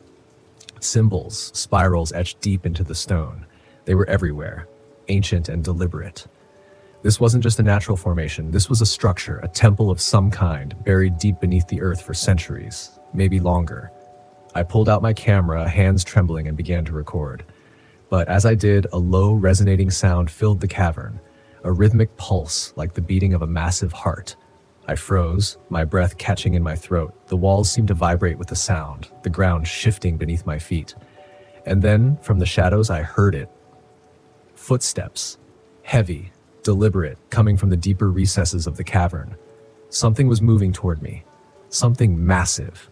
My flashlight flickered, casting erratic beams of light across the stone walls. I backed away slowly, my heart hammering in my chest. Whatever was in the darkness, it was getting closer. I could feel its presence, a weight in the air, a primal force that made my skin crawl. The footsteps stopped, and then a deep, guttural growl echoed through the cavern. I ran. I didn't look back. The ground trembled beneath me as I scrambled up the wall of the sinkhole, my hands slipping on the loose earth. The growling grew louder, closer, until I could feel hot breath on the back of my neck. I burst out of the sinkhole, gasping for air, and ran toward the RV. The ground shook violently, and as I reached the door, I glanced back. The sinkhole was collapsing in on itself, the earth swallowing it whole. But for a split second, I saw something massive, serpentine, rising from the depths before it disappeared into the darkness. I didn't wait. I threw open the door, started the engine, and sped away, leaving Hollow Creek behind me. By the time I reached the main road, my heart had finally begun to slow. I was alive. I had made it. But the images of that cavern, those symbols, haunted my mind. I had uncovered something ancient, something that wasn't meant to be found. As I drove away, I couldn't shake the feeling that I had disturbed something that should have stayed buried, something that was still there, waiting beneath the earth. And I knew one thing for certain: I wouldn't be going back. My name is Ivor Warren, and this all went down on September 15th, 2008. I had just turned 36, and I wanted to celebrate my birthday a little differently. Instead of hitting up the usual bars in town, I decided to take my newly acquired RV on its first real trip. I was living in Marquette, Michigan, a small city on the shores of Lake Superior, known for its natural beauty and endless outdoor activities. It was the perfect place to start an adventure. I invited my buddy, Jacob Nolan, to join me. We'd known each other since college, and he was always up for anything. We packed our gear, stocked the RV with food and beer, and headed out to the Hiawatha National Forest. It's a lesser-known spot compared to other touristy places, but it's got these secluded areas that are perfect for camping. We arrived at the campsite late in the afternoon. It was peaceful, no other campers in sight, just the rustling of leaves and the occasional chirping of birds. We set up our camp, lit a fire, and started grilling some burgers. The smell of the meat cooking, combined with the fresh forest air, was intoxicating. We cracked open a couple of beers and settled into our chairs, reminiscing about old times. Remember that time we went to that party at Mallister's and you ended up in the neighbor's pool? Jacob laughed, taking a swig of his beer. Yeah, man, that was wild. I still can't believe we didn't get arrested, I replied, chuckling. As the night wore on, the fire died down and we decided to call it a night. We retreated into the RV, where it was warm and cozy. I remember thinking how great it felt to be away from everything, disconnected from the world. Around midnight, I woke up to a strange noise outside. It wasn't loud, but it was persistent. It sounded almost like something scratching at the RV. At first, I thought it might be a raccoon or some other small animal, but the noise was too deliberate. I nudged Jacob awake. Hey, you hear that? I whispered. He groaned, rubbing his eyes. Yeah, probably just a raccoon or something. Go back to sleep. But the noise didn't stop. It grew louder and more insistent. I decided to check it out. I grabbed a flashlight and slowly opened the door, stepping into the chilly night. The forest was eerily silent, except for the sound of my own breathing. I scanned the area with the flashlight, but didn't see anything unusual. Just as I was about to head back inside, I noticed something near the edge of our campsite, a dark shape moving slowly between the trees. Jacob, come out here, I called, keeping my voice low. He stumbled out of the RV, still half asleep. What is it? Look, I said, pointing towards the trees. The figure stopped moving. It stood there just beyond the reach of the flashlight's beam. We couldn't make out any details, but it was tall and oddly shaped, like it was hunched over. Who's there? Jacob called out, his voice a mix of curiosity and irritation. There was no response, just the rustling of leaves. Suddenly, the figure bolted, disappearing into the forest. We looked at each other, bewildered. What the hell was that? Jacob asked. I have no idea, I replied, but I'm not going back to sleep until we figure it out. We decided to stay up and keep watch. We sat by the dying embers of the fire, listening intently for any other sounds. Hours passed, and just as we started to relax, the scratching noise returned. This time it was coming from the back of the RV. We jumped up and rushed to the rear, but again, there was nothing there. Frustrated and on edge, we decided to search the area around the RV, armed with flashlights and a couple of kitchen knives for good measure. We ventured into the forest and didn't get far before we stumbled upon something that made my blood run cold. There, half buried in the underbrush, was a freshly dug hole, and next to it, a shovel covered in dirt. It didn't look like an animal had done this. It was too precise, too deliberate. Ivor, this is messed up. We need to get out of here, Jacob said, his voice shaky. I agree. Let's pack up and leave, I replied, my heart pounding. We hurried back to the RV, But as we approached, we saw something that stopped us in our tracks. There were deep, claw-like marks running down the side of the RV. Whatever had made those marks had some serious strength. "Okay, screw this. We're leaving now," Jacob said, rushing to unlock the door. We jumped inside and fired up the engine. As we sped away, I kept glancing in the rearview mirror, half expecting to see that figure chasing after us. But there was nothing, just a dark, empty road behind us. We didn't stop until we reached a small town about 20 miles away. We found a diner that was open 24 hours and decided to grab some coffee and figure out what to do next. As we sat in the booth, the reality of what had happened started to sink in. "What do you think that was?" Jacob asked, his hands wrapped around his coffee mug. "I don't know, man. It wasn't human, that's for sure, but I've never heard of any animal that could do something like that," I replied. We spent the rest of the night talking and trying to make sense of it all, but no matter how we looked at it, it didn't add up. Eventually, we decided to head back to Marquette and report what had happened to the authorities. Maybe they'd have some answers. The next day, we went to the local police station and told them everything. The officer who took our statement looked skeptical, but he promised to send someone to check out the campsite. We never heard back from them, though. It was like our story had just been filed away and forgotten. A few days later, I got a call from Jacob. He sounded shaken. "Ivor, you need to see this," he said. "Turn on the news." I switched on the TV and there it was, a report about a missing hiker found dead in the Hiawatha National Forest. The details were gruesome. The body had been discovered near a campsite and the cause of death was unclear. But what stood out to me was the mention of deep claw-like marks on the victim's body. I felt the chill run down my spine. "Jacob, that could have been us," I said. "I know," he replied. "We need to find out what's going on. We can't just let this go."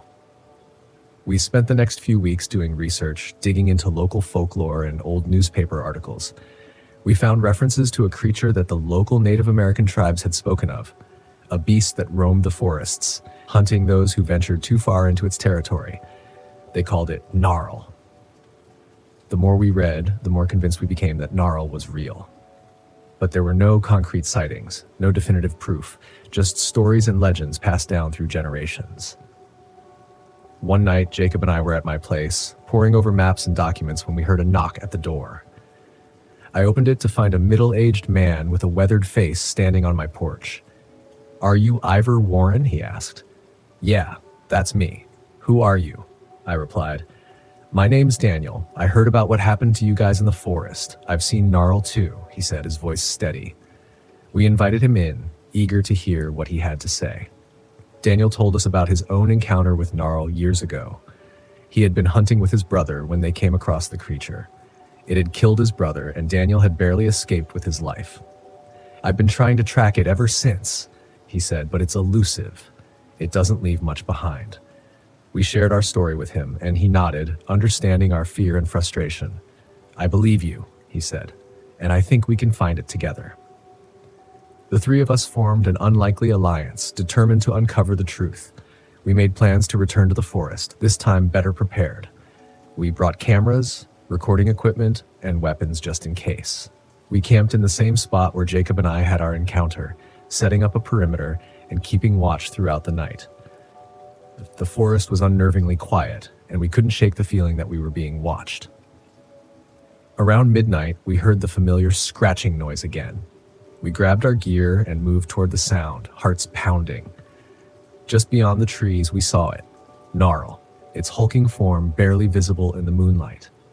We tried to capture footage, but the creature moved too quickly, darting through the forest with unnatural speed. We chased it for what felt like hours, but it always stayed one step ahead. Eventually, we lost sight of it, and exhausted, we returned to the campsite. "We need a new plan," Daniel said, frustration evident in his voice. "It's too fast. We need to lure it in." Over the next few days, we devised a trap. We set up bait and positioned ourselves strategically around the campsite. As night fell, we waited in intense silence, hoping our plan would work. Sure enough, just past midnight, we heard the scratching again. This time, we stayed put, waiting for Gnarl to take the bait.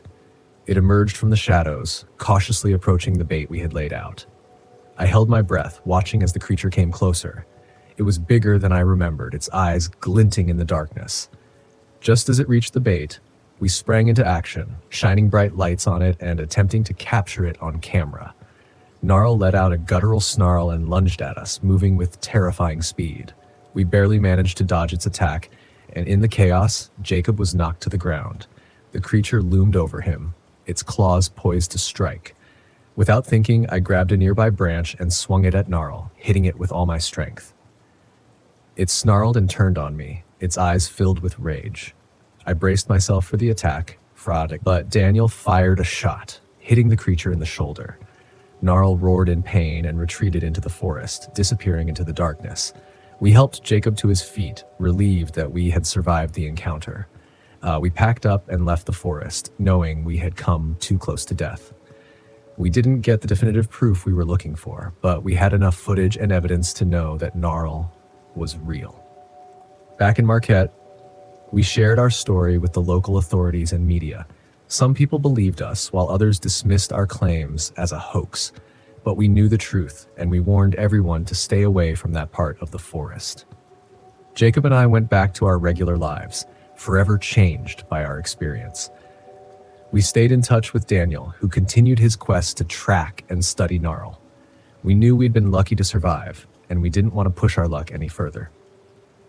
Years passed, and the memory of that night slowly faded, but I could never forget the feeling of being hunted, the fear that gnawed at me.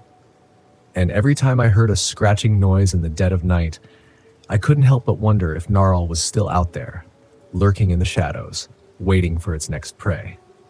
And that's the story, man. It's been years since then, but every now and then, I still think about it. I still dream about it. You know, it's like something out of a nightmare, but it happened. It's real.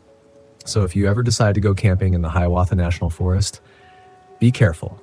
You never know what's out there.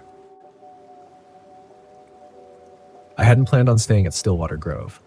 The campground wasn't even marked on my map, just a small patch of green near the edge of Shawnee National Forest. But as I drove down the empty forest road, I saw the sign, old weathered wood with the words Stillwater Grove Campground carved into it. It felt like an invitation, one I couldn't resist. I'd been on the road for weeks, photographing wildlife for a personal project I'd picked up after quitting my job. The last few months had been a blur of long drives, lonely campsites, and an overwhelming need to be anywhere but back in the city. I didn't miss my corporate job or my ex. What I did miss was the feeling that I knew what the hell I was doing with my life. Stillwater Grove seemed perfect, quiet, isolated, and right by the lake. It would give me the break I needed, some peace before heading back into the real world. When I pulled into the campsite, the late afternoon sun cast long shadows across the grove. The air was still, the only sound being the gentle lapping of water against the shore. A single RV sat on the far side of the campground, a distant figure moving near it. Otherwise, it was just me. I parked my RV near the edge of the lake, the water glistening under the fading light. After setting up camp, I grabbed my camera and headed toward the shore, hoping to catch the sunset. As I stood there, framing the perfect shot, a voice startled me. Beautiful, isn't it?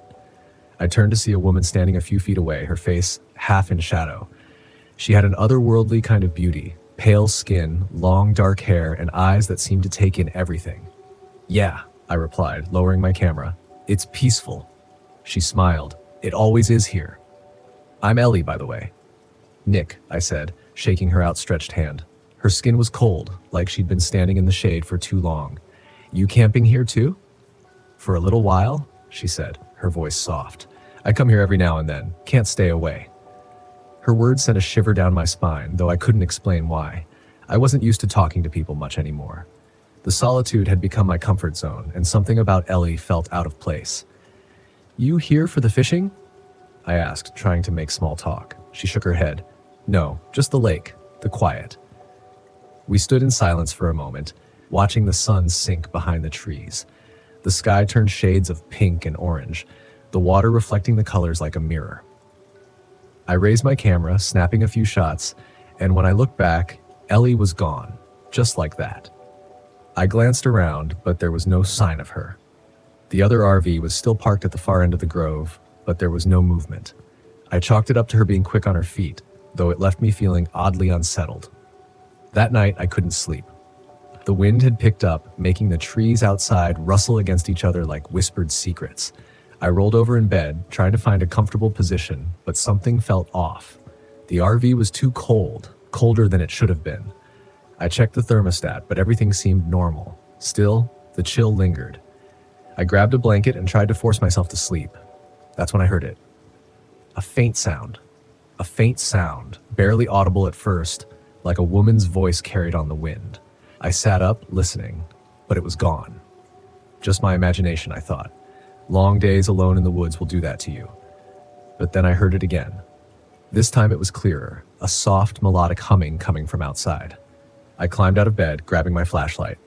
My breath fogged up in the cold air as I stepped outside the RV, scanning the campsite. Nothing. Just the stillness of the lake and the trees swaying gently in the wind. But the humming persisted, coming from near the water's edge. I walked toward the shore, the beam of my flashlight dancing over the ground, and that's when I saw her. A woman in white, standing at the edge of the lake, her back to me. Her long, dark hair hung loose down her back, swaying slightly as she hummed that haunting tune. "Ellie?" I called out, my voice shaking. She didn't turn. She just stood there, motionless, her gaze fixed on the water. Something about the way she stood, so still, so rigid, set my nerves on edge. I took a step closer, the flashlight illuminating her pale figure. But as soon as the light touched her, she vanished. I blinked, stunned. 1 second she'd been there, and the next she was gone. The water rippled where she had been standing, but otherwise the lake was empty. I backed away, my heart pounding in my chest. What the hell was that? I hurried back to the RV, locking the door behind me. My breath came in quick, shallow gasps. My hands were shaking. I didn't believe in ghosts or supernatural nonsense, but what I'd seen, it wasn't right. I had seen her. I knew I had. I spent the rest of the night wide awake, staring at the ceiling and trying to rationalize what had happened. But no matter how hard I tried, I couldn't shake the image of that woman standing by the lake. The next morning, I found Ellie near the grove, sitting by a small campfire. She smiled when she saw me, though her smile didn't quite reach her eyes. "Rough night?" she asked, as if she already knew. "Yeah," I said, sitting down across from her. "I saw something last night. A woman by the lake. I thought it was you, but she wasn't there when you got close." Ellie finished, her voice calm, too calm. "The Lady of Stillwater." "The what?" I asked, feeling a chill run through me. Ellie looked at me, her eyes dark and hollow. "She's been here for a long time, longer than the campground, longer than the trees. She drowned in the lake, or so the story goes. Some say she was waiting for someone, her lover, I think, but he never showed." I stared at her, my stomach twisting. "You're telling me she's a ghost?" Ellie shrugged. "Call it what you want, but she's real, and now that you've seen her, she won't let you go." I laughed, though it came out shaky. "That's insane." "Is it?" Ellie asked, her gaze locking onto mine. "You saw her. You know she's real." I opened my mouth to argue, but the words died in my throat. I had seen her. And it hadn't been a trick of the light or my imagination. Something had been there, something that shouldn't have been. "What does she want?" I asked quietly. Ellie's eyes flicked toward the lake. "She wants what she's always wanted. To take someone with her into the water." That night, the sound started again. At first, it was the soft humming, drifting through the night air. Then the splashing, gentle, rhythmic, like someone wading through the water. I lay in bed, my heart racing, my body tense. I didn't want to go outside. I didn't want to see her again. But the pull was stronger this time. A strange compulsion tugged at me, drawing me toward the lake. I tried to fight it, to stay in the RV, but my legs moved on their own, carrying me outside into the cold night air. The lake was calm, reflecting the pale moonlight.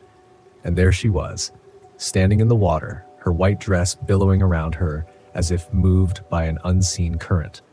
"Come to me," she whispered, her voice soft but clear. "Please, come." I took a step forward, my body moving against my will. The water lapped at my shoes, and I could feel the cold seeping into my skin. "Come with me," she said again, her voice almost pleading now. "I've waited so long." I fought to resist, to break free from whatever force was drawing me in. But my feet kept moving, the water now up to my knees, freezing cold. I could feel the pull of the lake, the weight of the water dragging me down. Suddenly, a hand grabbed my arm, yanking me back with such force that I stumbled onto the shore. Ellie stood beside me, her face pale, her grip strong. "You have to leave," she said, her voice urgent now, "before it's too late." I looked back at the lake, but the woman was gone. The water was still, as if nothing had happened. "What the hell is happening?" I gasped, my breath coming in shallow bursts. Ellie's expression was grim. "She's marked you now. If you stay, she'll take you. You have to go." I didn't argue. I packed up my things, my hands shaking, adrenaline coursing through my veins. Within minutes, I was back in the RV, starting the engine and pulling out of the campsite as fast as I could. As I drove away, I glanced in the rearview mirror. Ellie stood at the edge of the grove, watching me go, her face unreadable. And behind her, just barely visible in the mist, was the Lady of Stillwater, her pale eyes following me, waiting for me to return. I didn't look back again. My name is Jalen Richards, and this all happened back in 1999 near Kenai Peninsula, Alaska. Growing up as part of the Dena'ina Athabascan tribe, I've always loved the wilderness, but I wouldn't call myself a mountain man or anything. This time, though, I was out there alone. No fancy camping setup, just a week to myself, and a worn tent after getting through a rough breakup and work stress piling up. The quiet seemed perfect. The locals I met along the way were skeptical when they heard I'd be camping out alone, warning me that Alaska was no place to take lightly, especially near Kenai, where bears and wolves were common. I laughed it off with a quick joke about exes being scarier than wildlife, but their faces remained blank, serious. As I left the last tiny general store, the clerk muttered something under his breath that I barely caught. It sounded like he said, "Hope you come back." Maybe it was my imagination. The first few days were uneventful. I set up my camp close to the Kenai River, near the tree line where the forest thickened up, far from any official hiking trails. Each morning I'd fish for salmon, clean my catch, and enjoy the absolute silence. The air smelled sharp and clean, mixed with the chill of early autumn, the kind of cold that wakes up your senses. It wasn't until the third night that I felt something odd. There was this sound, like a low snuffling, almost like a bear, but not quite. My first thought was that some animal was sniffing around the camp looking for food. I scanned around with my flashlight, catching nothing but shadows. I had had enough run-ins with bears in my time to know that this wasn't one. The sound was too close, rhythmic, like an intentional, methodical inspection of the area. Bears aren't exactly subtle, but this thing knew how to be quiet. In the morning, I checked the area around my camp. No paw prints, no torn food bags, just one thing that made no sense. A small pile of bones, clean and neatly stacked right where I'd left my backpack the night before. They were tiny, almost brittle, like from a small bird or a rodent. I shrugged it off, telling myself it was some natural predator's leftovers. Another night passed quietly, and I was almost convinced I'd imagined the sound. On the fifth night, though, it started again. Louder, closer. The snuffling turned to scraping, something clawing at the ground just a few yards from my tent. I sat up, my heart beating in sync with each scratch against the earth. I gripped the knife I kept beside me, hardly a weapon, but better than nothing. I forced myself to stay still, barely breathing. The scraping stopped, and I heard a low, dragging sound that seemed to circle around my tent, never quite touching it. Then it stopped. The silence was worse than the noise. Minutes ticked by, stretching until dawn finally brought light. I emerged to find the ground around my tent disturbed, claw marks deep in the earth, like a huge animal had been circling me all night. And there, on top of my tent, was a feather, pitch black as if it had been dipped in ink. I tried laughing it off. Maybe it was some local prank or a way to scare away city folks, but the weight in my chest said otherwise. That day, I moved camp further up the river, away from the tree line into a more open area. I figured the creature, whatever it was, would feel less inclined to approach with less cover. The feeling of being stalked stuck with me. The forest was quiet, but not in the usual way. No birds, no small animal rustlings, just silence, as if the whole place was holding its breath. That night, sleep evaded me. Every slight sound had my ears straining. Then, just as I was dozing off, I heard it. The dragging sound again, slower this time, closer. I sat up, my knife ready in one hand, But then, out of the blue, there was a snap, loud enough to make me jump. I peeked out of the tent to see a massive shape, a form half-shadowed, tall with hunched shoulders and arms too long, like a distorted version of a bear but wrong. Its arms dragged across the ground, claws scratching the dirt with every movement. And then I saw it turn. Its face was like a fox, elongated, too thin, but warped. Its mouth stretched wider than any animal should. Its limbs moved unnaturally, dragging almost reluctantly. I ducked back into the tent, my heart hammering.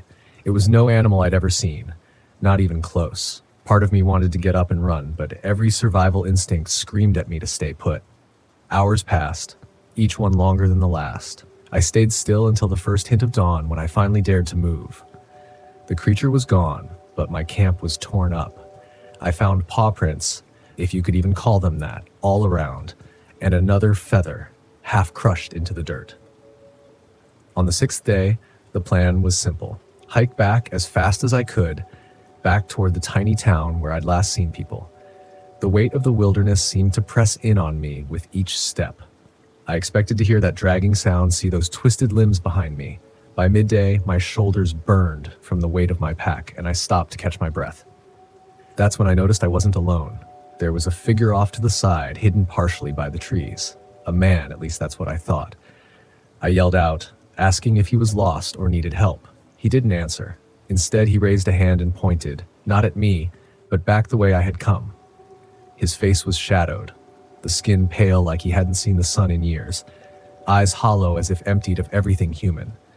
My instincts kicked in, and I decided to go the opposite direction of where he pointed. Night came quickly as I pushed forward.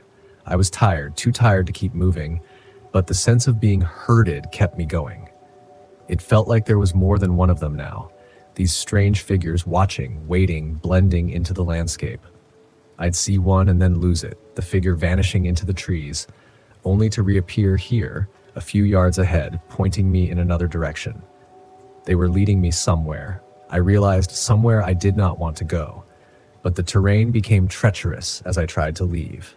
A stumble, a fall, and my ankle twisted painfully under me. The pain was sharp, blinding, and I knew I was stuck for the night. I limped to a nearby cluster of rocks, hoping they'd offer some cover.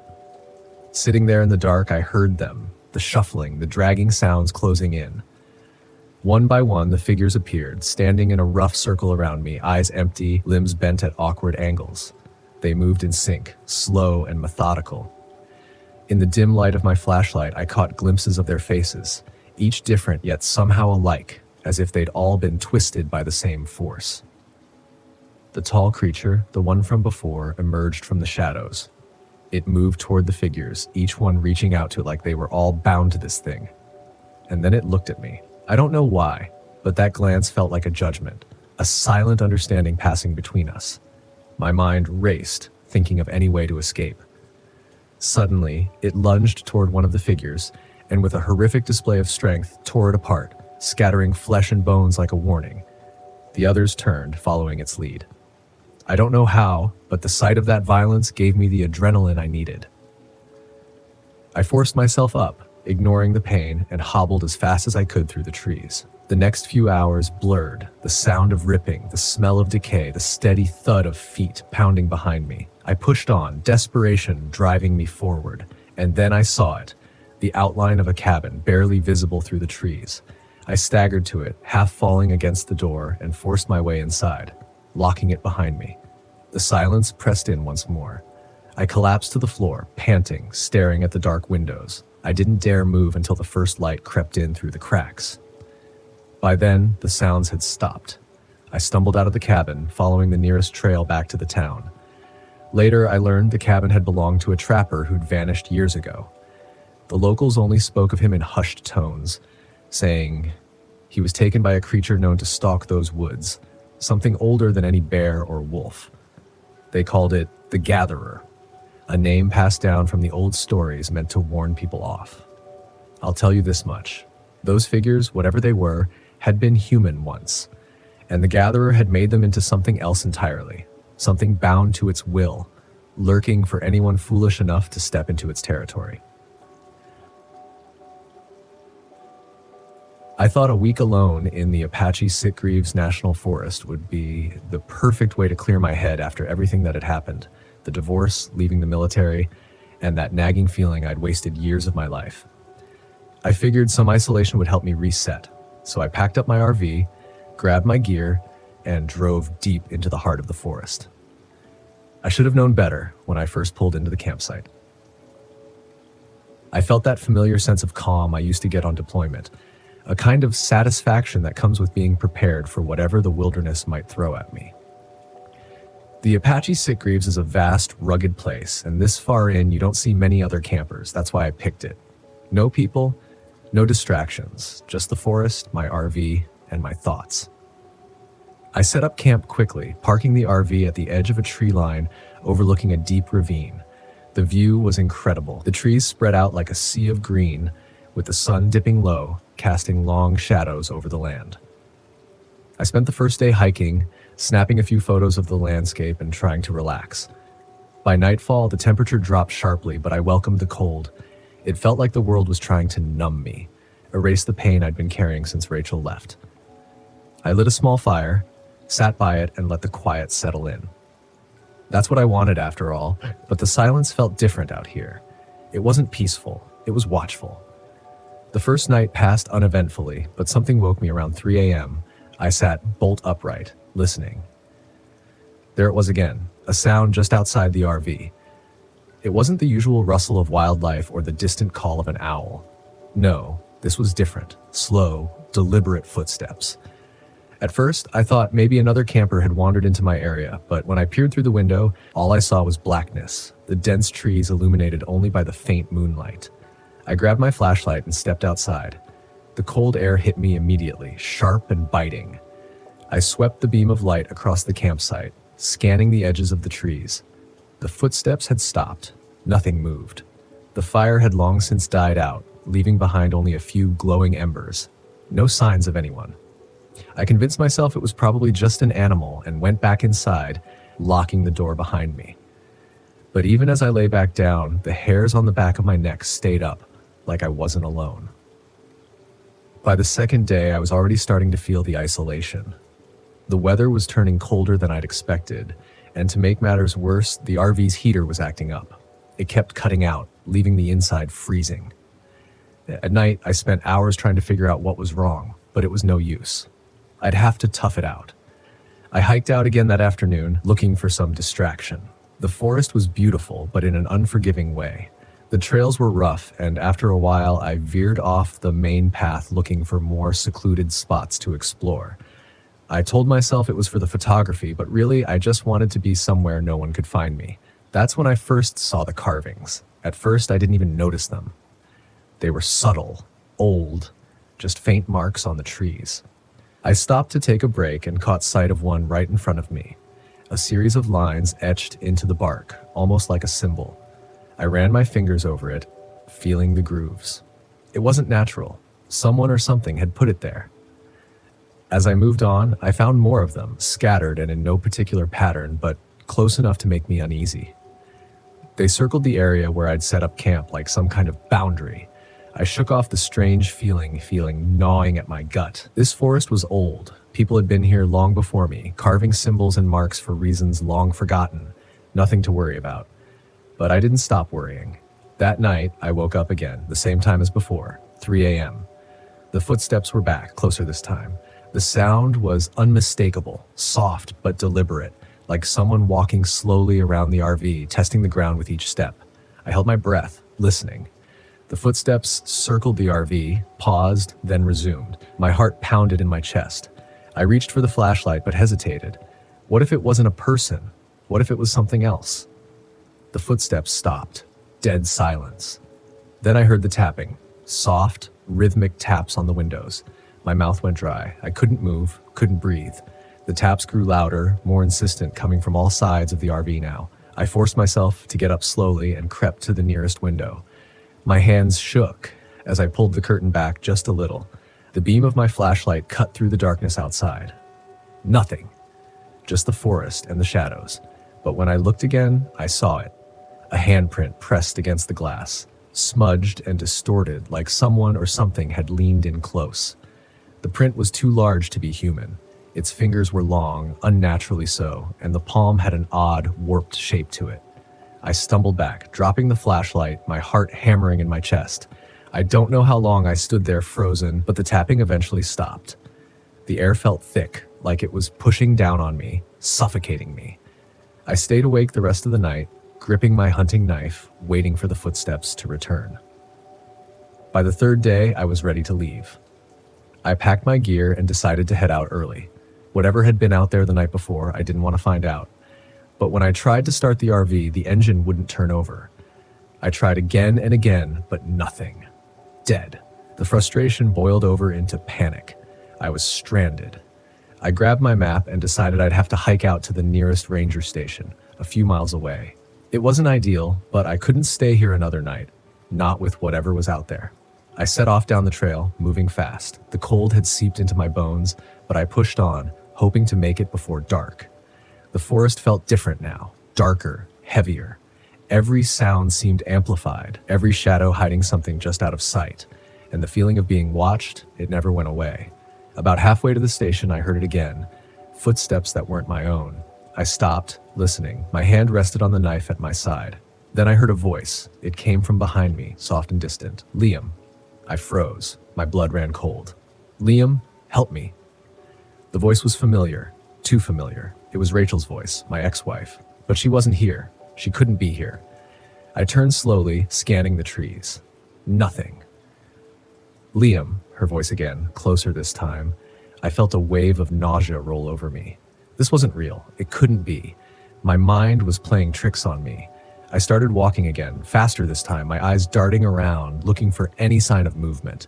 The voice followed me, calling my name over and over. I clenched my fists, trying to block it out, trying to focus on the trail. But then I saw it. Standing in the middle of the path, not 20 feet ahead. The figure was tall, too tall to be human. Its limbs were long and thin, draped in tattered rags that seemed to shift in the wind. Its face, there was no face. Just a void, a swirling mass of darkness where its features should have been.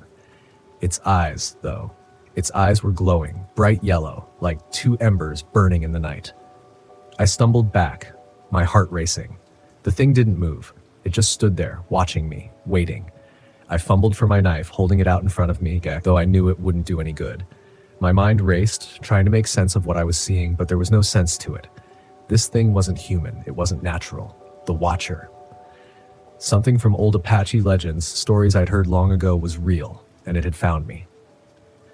The thing took a step forward, and I turned and ran. I didn't care where I was going anymore. I just needed to get away. I don't remember much of the run. It was a blur of trees and shadows, the forest closing in on me as I tore through the underbrush, branches clawing at my clothes. The Watcher's eyes burned into my back. Somehow, I made it to the ranger station. I don't know how, but when I stumbled into the clearing and saw the small building, I nearly collapsed in relief. I burst through the door, breathless and shaking. The ranger inside looked up, startled, but I couldn't form the words to explain what had happened. I didn't need to. When I finally caught my breath, I told him everything. The footsteps, the handprints, the thing in the forest.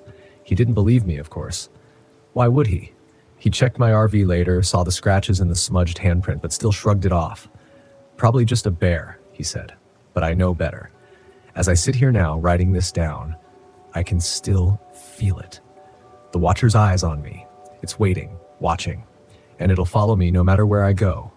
Some things you can't outrun. My name is Keon Richards, and this happened to me on May 23rd, 2015. I'm going to tell you about the time I went camping alone in my RV and came back with a story that still makes my hands shake when I talk about it. It was supposed to be a week of solitude, just me on the open road, ending up in a little-known stretch of the White Mountains in New Hampshire. I had recently retired from teaching high school history in Manchester and was looking forward to spending time on my own, away from the noise. The drive up was uneventful. The RV hummed along the highway, and I lost myself in a playlist of classic rock and the scenic views of springtime New England. I planned to camp out in a secluded spot I had found years ago, a little clearing near a lake that hardly showed up on maps. The first day was exactly what I hoped for. I fished, read a bit of Hemingway, and managed to cook a decent meal over the fire. The air was crisp, and the sky at night was a blanket of stars. I remember thinking how peaceful it was, far from the constant buzz of city life. But things changed on the second night. I had turned in early. The darkness was complete outside except for the dim glow of the campfire embers. Sometime after midnight, I was jerked awake by the sound of scratching. It was subtle, rhythmic, like something clawing gently at the side of the RV. I figured it was probably an animal, maybe a raccoon, curious about my presence. I shouted, "Scram!" hoping to scare it off, but the scratching paused only for a moment before resuming, this time louder and more insistent. I got out of bed, grabbed my flashlight, and cautiously peeked out the window. The beam cut through the darkness, revealing nothing but the trees and underbrush. The scratching stopped, and thinking the animal had taken off, I tried to go back to sleep. But just as I was dozing off, a loud thud against the side of the RV jolted me upright. This was no raccoon. The next morning, I inspected the RV and found deep gouges in the metal siding. Unease settled in the pit of my stomach, but I chalked it up to perhaps a deer or some other large animal and decided to spend one more night before cutting my trip short. That day, I kept to the RV, reading and occasionally scanning the tree line with binoculars, but I saw nothing out of the ordinary. As dusk approached, I locked up the RV, a precaution that now seemed necessary. I tried to settle in for the night, but every little sound from outside seemed amplified. The breaking point came when I heard footsteps, definite, heavy footsteps, circling the RV. I stayed very still, listening as they moved deliberately and slowly. Then, as suddenly as they began, they stopped. I didn't sleep a wink that night, and at the first light of dawn, I decided to get the hell out of there. I started up the RV, not bothering to make coffee or breakfast, and was about to leave when I thought I saw something move at the edge of the clearing. I grabbed my binoculars and scanned the area. That's when I saw it. It stood on two legs, was covered in thick matted fur, and its eyes were the worst part. They were too intelligent, too knowing. It just stared at me, and I swear it grinned. I don't know what it was, but the look in its eyes told me I wasn't welcome. I drove nonstop until I reached home, shaken. When I told my story, most people chuckled. A few seemed concerned, but most just shrugged it off as an encounter with a bear or some other wildlife. But it wasn't any animal I knew. Months passed, but the incident stayed with me. I began researching local legends and animal sightings in the area. That's when I stumbled across an old logging myth about a creature they called stockwood. The descriptions matched perfectly with what I saw. It was said to be a protector of the forest, hostile to those it perceived as threats. I've never gone back to that part of the White Mountains, and I doubt I ever will. What I saw was real, and whatever stockwood is, it's still out there. And that's fine by me. I've learned that some places you're just not meant to visit twice. The Great Smoky Mountains had always been a dream destination, a place of beauty, solitude, and isolation where I could lose myself in the woods and maybe find myself again. After the breakup with Eric, I needed an escape, something to remind me that I was capable, that I could handle life on my own. Mark, of course, wouldn't let me do it alone. My brother insisted on coming along, and with him came Na, his bubbly girlfriend, and Lucas, a friend of his who seemed more interested in me than the mountains. The whole trip was supposed to be a solo adventure, but I caved. I figured I could handle them for a weekend. We set out early on Friday, and the trailhead was already buzzing with tourists, their laughter filling the crisp morning air. Mark led the way, checking his map obsessively while lugging around half a camping store's worth of gear. He liked to over-prepare for everything. Na, naturally cheerful, hummed some pop song as she skipped along behind him. Lucas stuck close to me, his jokes falling flat and his flirtations rolling off me like water on rock. I was there for the hike. The Smokies were breathtaking, the way the mist clung to the rolling hills, the distant sound of water rushing through the trees, the deep green of the pines and ferns that hugged the path. If I could just let myself melt into that wilderness, I thought, I might forget the reason I came here in the first place.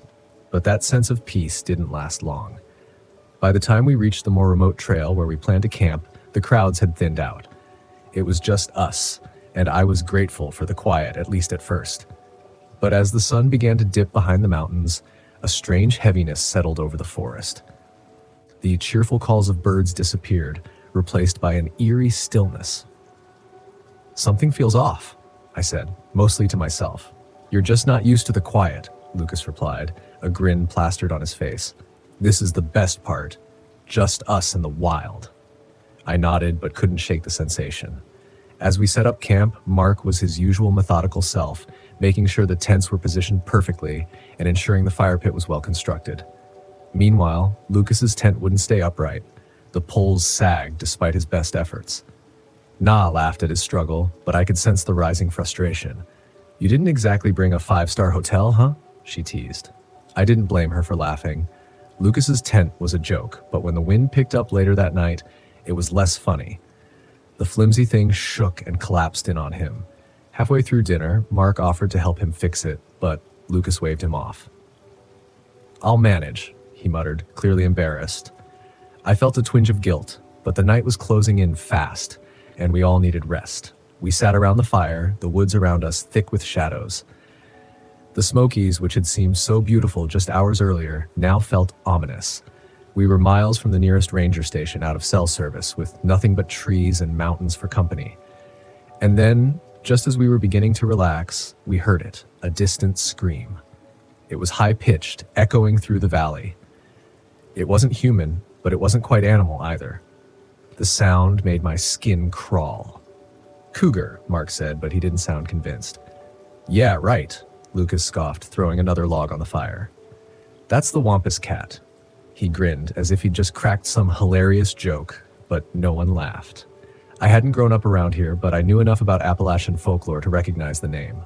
The Wampus cat was the stuff of campfire stories, half woman, half beast, cursed to stalk the woods and hunt down anyone who ventured too far from civilization. "Don't joke about that," Na said, her voice wavering. "People say they've seen it." Mark, ever the pragmatist, rolled his eyes. "It's just a legend. Probably an owl or something." But as the night wore on, I couldn't shake the feeling that we were being watched. The fire cast long shadows, and every crack of a twig in the distance made my heart skip. I wrapped my arms around my knees, trying to focus on the warmth of the fire and Na's cheerful chatter, but the unease settled deep into my bones. When I went to bed that night, I couldn't sleep. Every rustle of leaves outside my tent sounded too close. I kept thinking about that scream and the way it had seemed to echo from all directions. Eventually, exhaustion took over, and I drifted into a restless sleep. The next day, the tension between us started to show. Mark was irritable, frustrated that we weren't sticking to his planned itinerary. Na tried to keep the mood light, but her jokes felt forced. Lucas was quieter than usual, as though the previous night's collapse of his tent had deflated his bravado. It didn't help that the wildlife we encountered seemed wrong. Deer stood unnaturally still, watching us with glassy eyes. We came across a black bear in the distance, and instead of lumbering away as they usually do, it stood on its hind legs, staring at us for far too long. I didn't mention it to the others, but I noticed that every time we passed an animal, it was facing us, not the other way around. "They're just curious," Mark said when I finally pointed it out, but I wasn't so sure. By the time we made it back to camp that evening, a low fog had settled in around the trees, shrouding everything in a thick, wet blanket.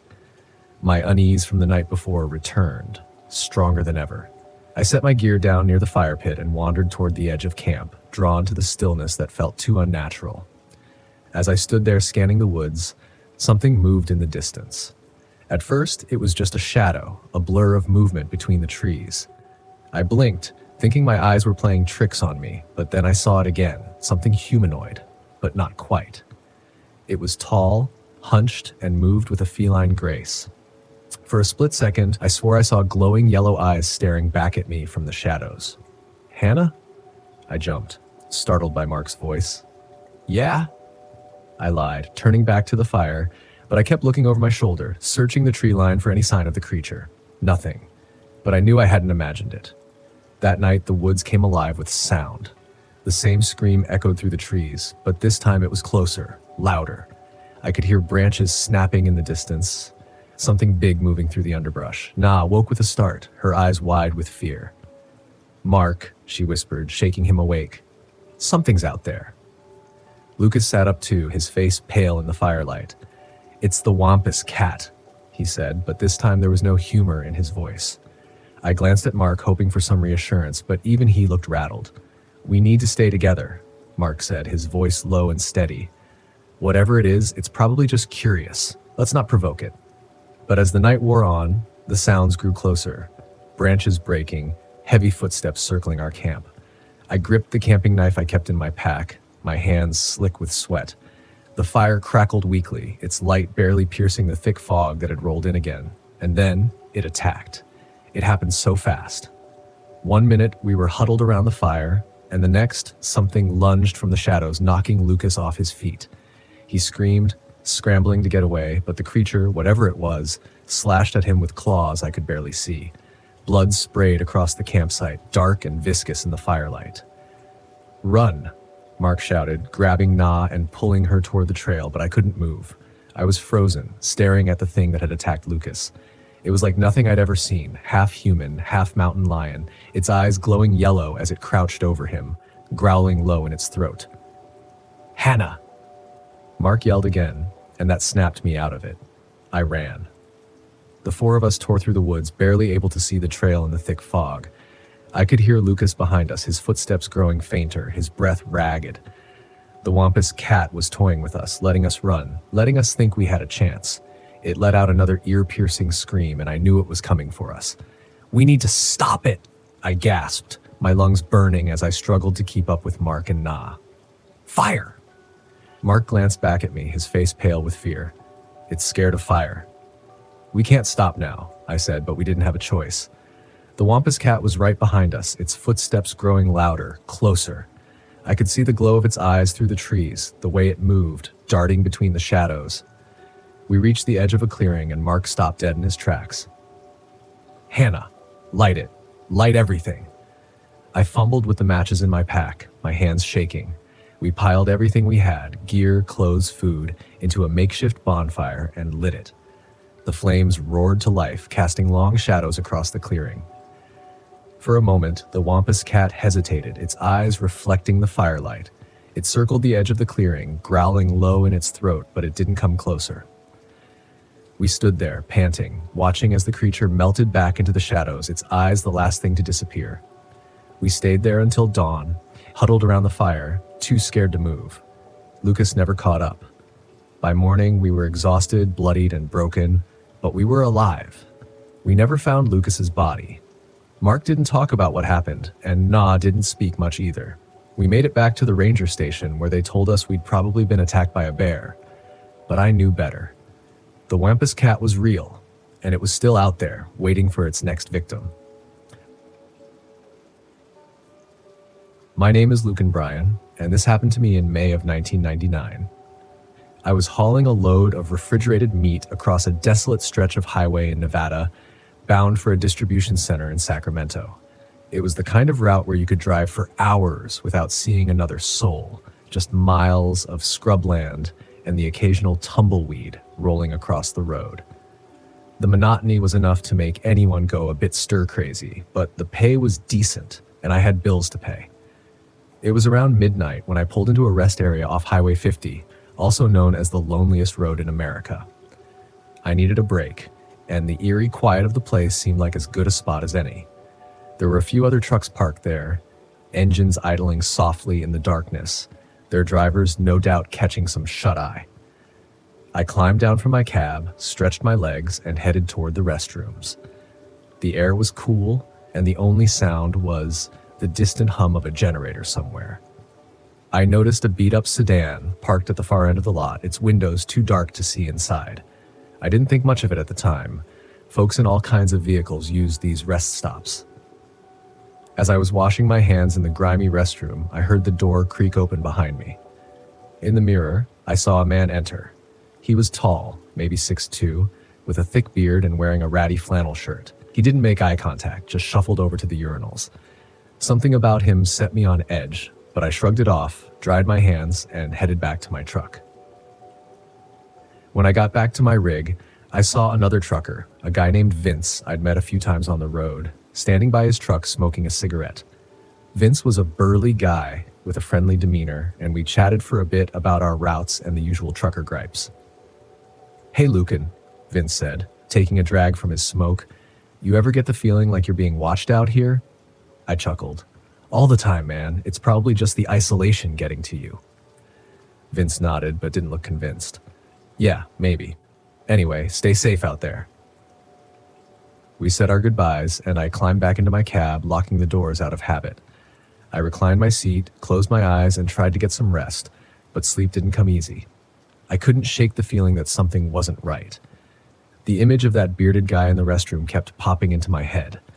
A few hours later, I was jolted awake by a loud banging on my driver's side door. My heart leapt into my throat as I grabbed the tire iron I kept under my seat and cautiously peered out the window. It was Vince, and he looked panicked. "Lucan, open up! We got trouble!" I unlocked the door, and Vince practically fell inside, gasping for breath. "What's going on?" I asked, my voice tinged with alarm. "It's Randy," Vince said between breaths. "You know the guy driving the blue Kenworth? I found him behind the restrooms. He's dead, man. Someone slit his throat." A cold chill ran through me. Randy was another regular on this route, a quiet guy who kept to himself. I couldn't believe it. "Did you call the cops?" "There's no signal out here," Vince replied, his hand shaking. "We need to get out of here and find a phone." I nodded, started the engine, and pulled out of the rest area with Vince riding shotgun. We drove in silence, both of us on high alert. After what felt like an eternity, we found a diner with a payphone about 30 miles down the road. I called 911 and reported the murder, giving them the location and details as best I could. The police arrived quickly, given the remote location, and took our statements. They told us to stay put while they investigated, but neither Vince nor I wanted to stick around. We both had a bad feeling about the whole thing. We decided to convoy the rest of the way to Sacramento, figuring there was safety in numbers. As we rolled out, I couldn't help but glance in my mirrors constantly, expecting to see that bearded man following us. The sun was just starting to rise, casting long shadows across the landscape, but it did little to ease my nerves. A few hours later, we pulled into the distribution center in Sacramento, exhausted but relieved to be off the road. We checked in, unloaded our cargo, and headed to a nearby truck stop for some much-needed rest. As we sat in the diner, nursing cups of bad coffee, we talked about what had happened. "Do you think it was that guy in the restroom?" Vince asked, his eyes darting around the room as if the killer might appear at any moment. "Maybe," I said, stirring my coffee absent-mindedly. "He gave me the creeps, but I didn't get a good look at him. Well, whoever it was, they knew what they were doing," Vince said grimly. "Randy never had a chance." The next few days were a blur of police interviews and restless nights. The authorities were tight-lipped about their investigation, but word got around that they had no leads and no suspects. Truckers started to avoid that stretch of Highway 50, and those who had no choice but to drive it did so with a heightened sense of vigilance. I couldn't stop thinking about Randy and that bearded man. Every time I pulled into a rest area or truck stop, I found myself scanning the faces around me, looking for anything out of the ordinary. The sense of camaraderie among us truckers was stronger than ever, but so was the underlying current of fear. A week after the murder, I was back on the road, hauling a load of electronics to Salt Lake City. I had just passed through Ely, Nevada, and was heading into another long stretch of desolate highway when I noticed a familiar beat-up sedan in my rearview mirror. It was the same one I'd seen at the rest area the night Randy was killed. My pulse quickened as I kept an eye on the car. It followed me for miles, never getting too close, but never falling too far behind either. I knew I had to do something, but with no cell signal and no other vehicles in sight, my options were limited. I decided to take the next exit, a barely marked dirt road that led to an old mining town. I figured if the car followed me, at least I'd have confirmation that it was no coincidence. Sure enough, the sedan took the exit right after me. My heart pounded as I navigated the rough road, dust kicking up behind my rig. The road wound through a narrow canyon, and I knew I couldn't keep this up forever. I needed to confront whoever was in that car, but I had to be smart about it. Up ahead, I spotted a wide spot in the road where I could pull over. I parked my truck and climbed out, tire iron in hand, ready for whatever came next. The sedan pulled up about 50 feet behind me and stopped. The driver didn't get out, just sat there with the engine running. I took a deep breath and walked toward the car, my grip tightening on the tire iron. "Hey!" I shouted. "What do you want?" There was no response. The driver's window was rolled up and I couldn't see inside through the tinted glass. I was about to shout again when the door opened and the bearded man from the restroom stepped out. He didn't say a word, just started walking toward me with a cold, menacing look in his eyes. I raised the tire iron, ready to defend myself, but before I could react, he lunged at me with a knife. We struggled, and I managed to knock the blade from his hand. But he was strong, and I was quickly losing ground. I swung the tire iron, connecting with his shoulder, but it barely seemed to faze him. In the chaos, I heard the distant sound of an engine approaching. Another truck appeared at the top of the canyon, and I could see it was Vince. He must have decided to take the same route after hearing about my plan to cut through the mining town. Vince's truck barreled down the road, and the bearded man, realizing he was outnumbered, made a run for his sedan. He jumped in and sped off, leaving a trail of dust behind him. Vince pulled up beside me, his face a mix of concern and relief. "You okay, Lucan?" he shouted. I nodded, breathing heavily. "Yeah, thanks to you. That guy. He was the one." We reported the incident to the police, who launched a manhunt for the bearded man. Despite their efforts, he was never caught. The attack left me with a deep scar on my arm, both physical and mental. I couldn't shake the feeling that he was still out there somewhere, watching and waiting. The murder of Randy and the attack on me changed everything. Truckers on that route became more cautious, and the sense of unease lingered long after the events of that night. I eventually moved on to a different route, hoping to leave the fear behind, but the memories stayed with me. Years later, I still think about that night. I wonder who the bearded man was and why he chose us. I never got any answers, and maybe I never will, but one thing's for sure. I'll never forget the loneliest road in America and the terror that came with it. My name is Maddox Warren, and this all went down on September 15th, 2012. You wouldn't think much happens in the middle of nowhere, Missouri, but that's where I found myself that fall. I decided to take a break from my job at the auto shop and get some peace and quiet. I borrowed my buddy Mike's RV and hit the road, aiming to camp near an old lake we'd fished at years ago.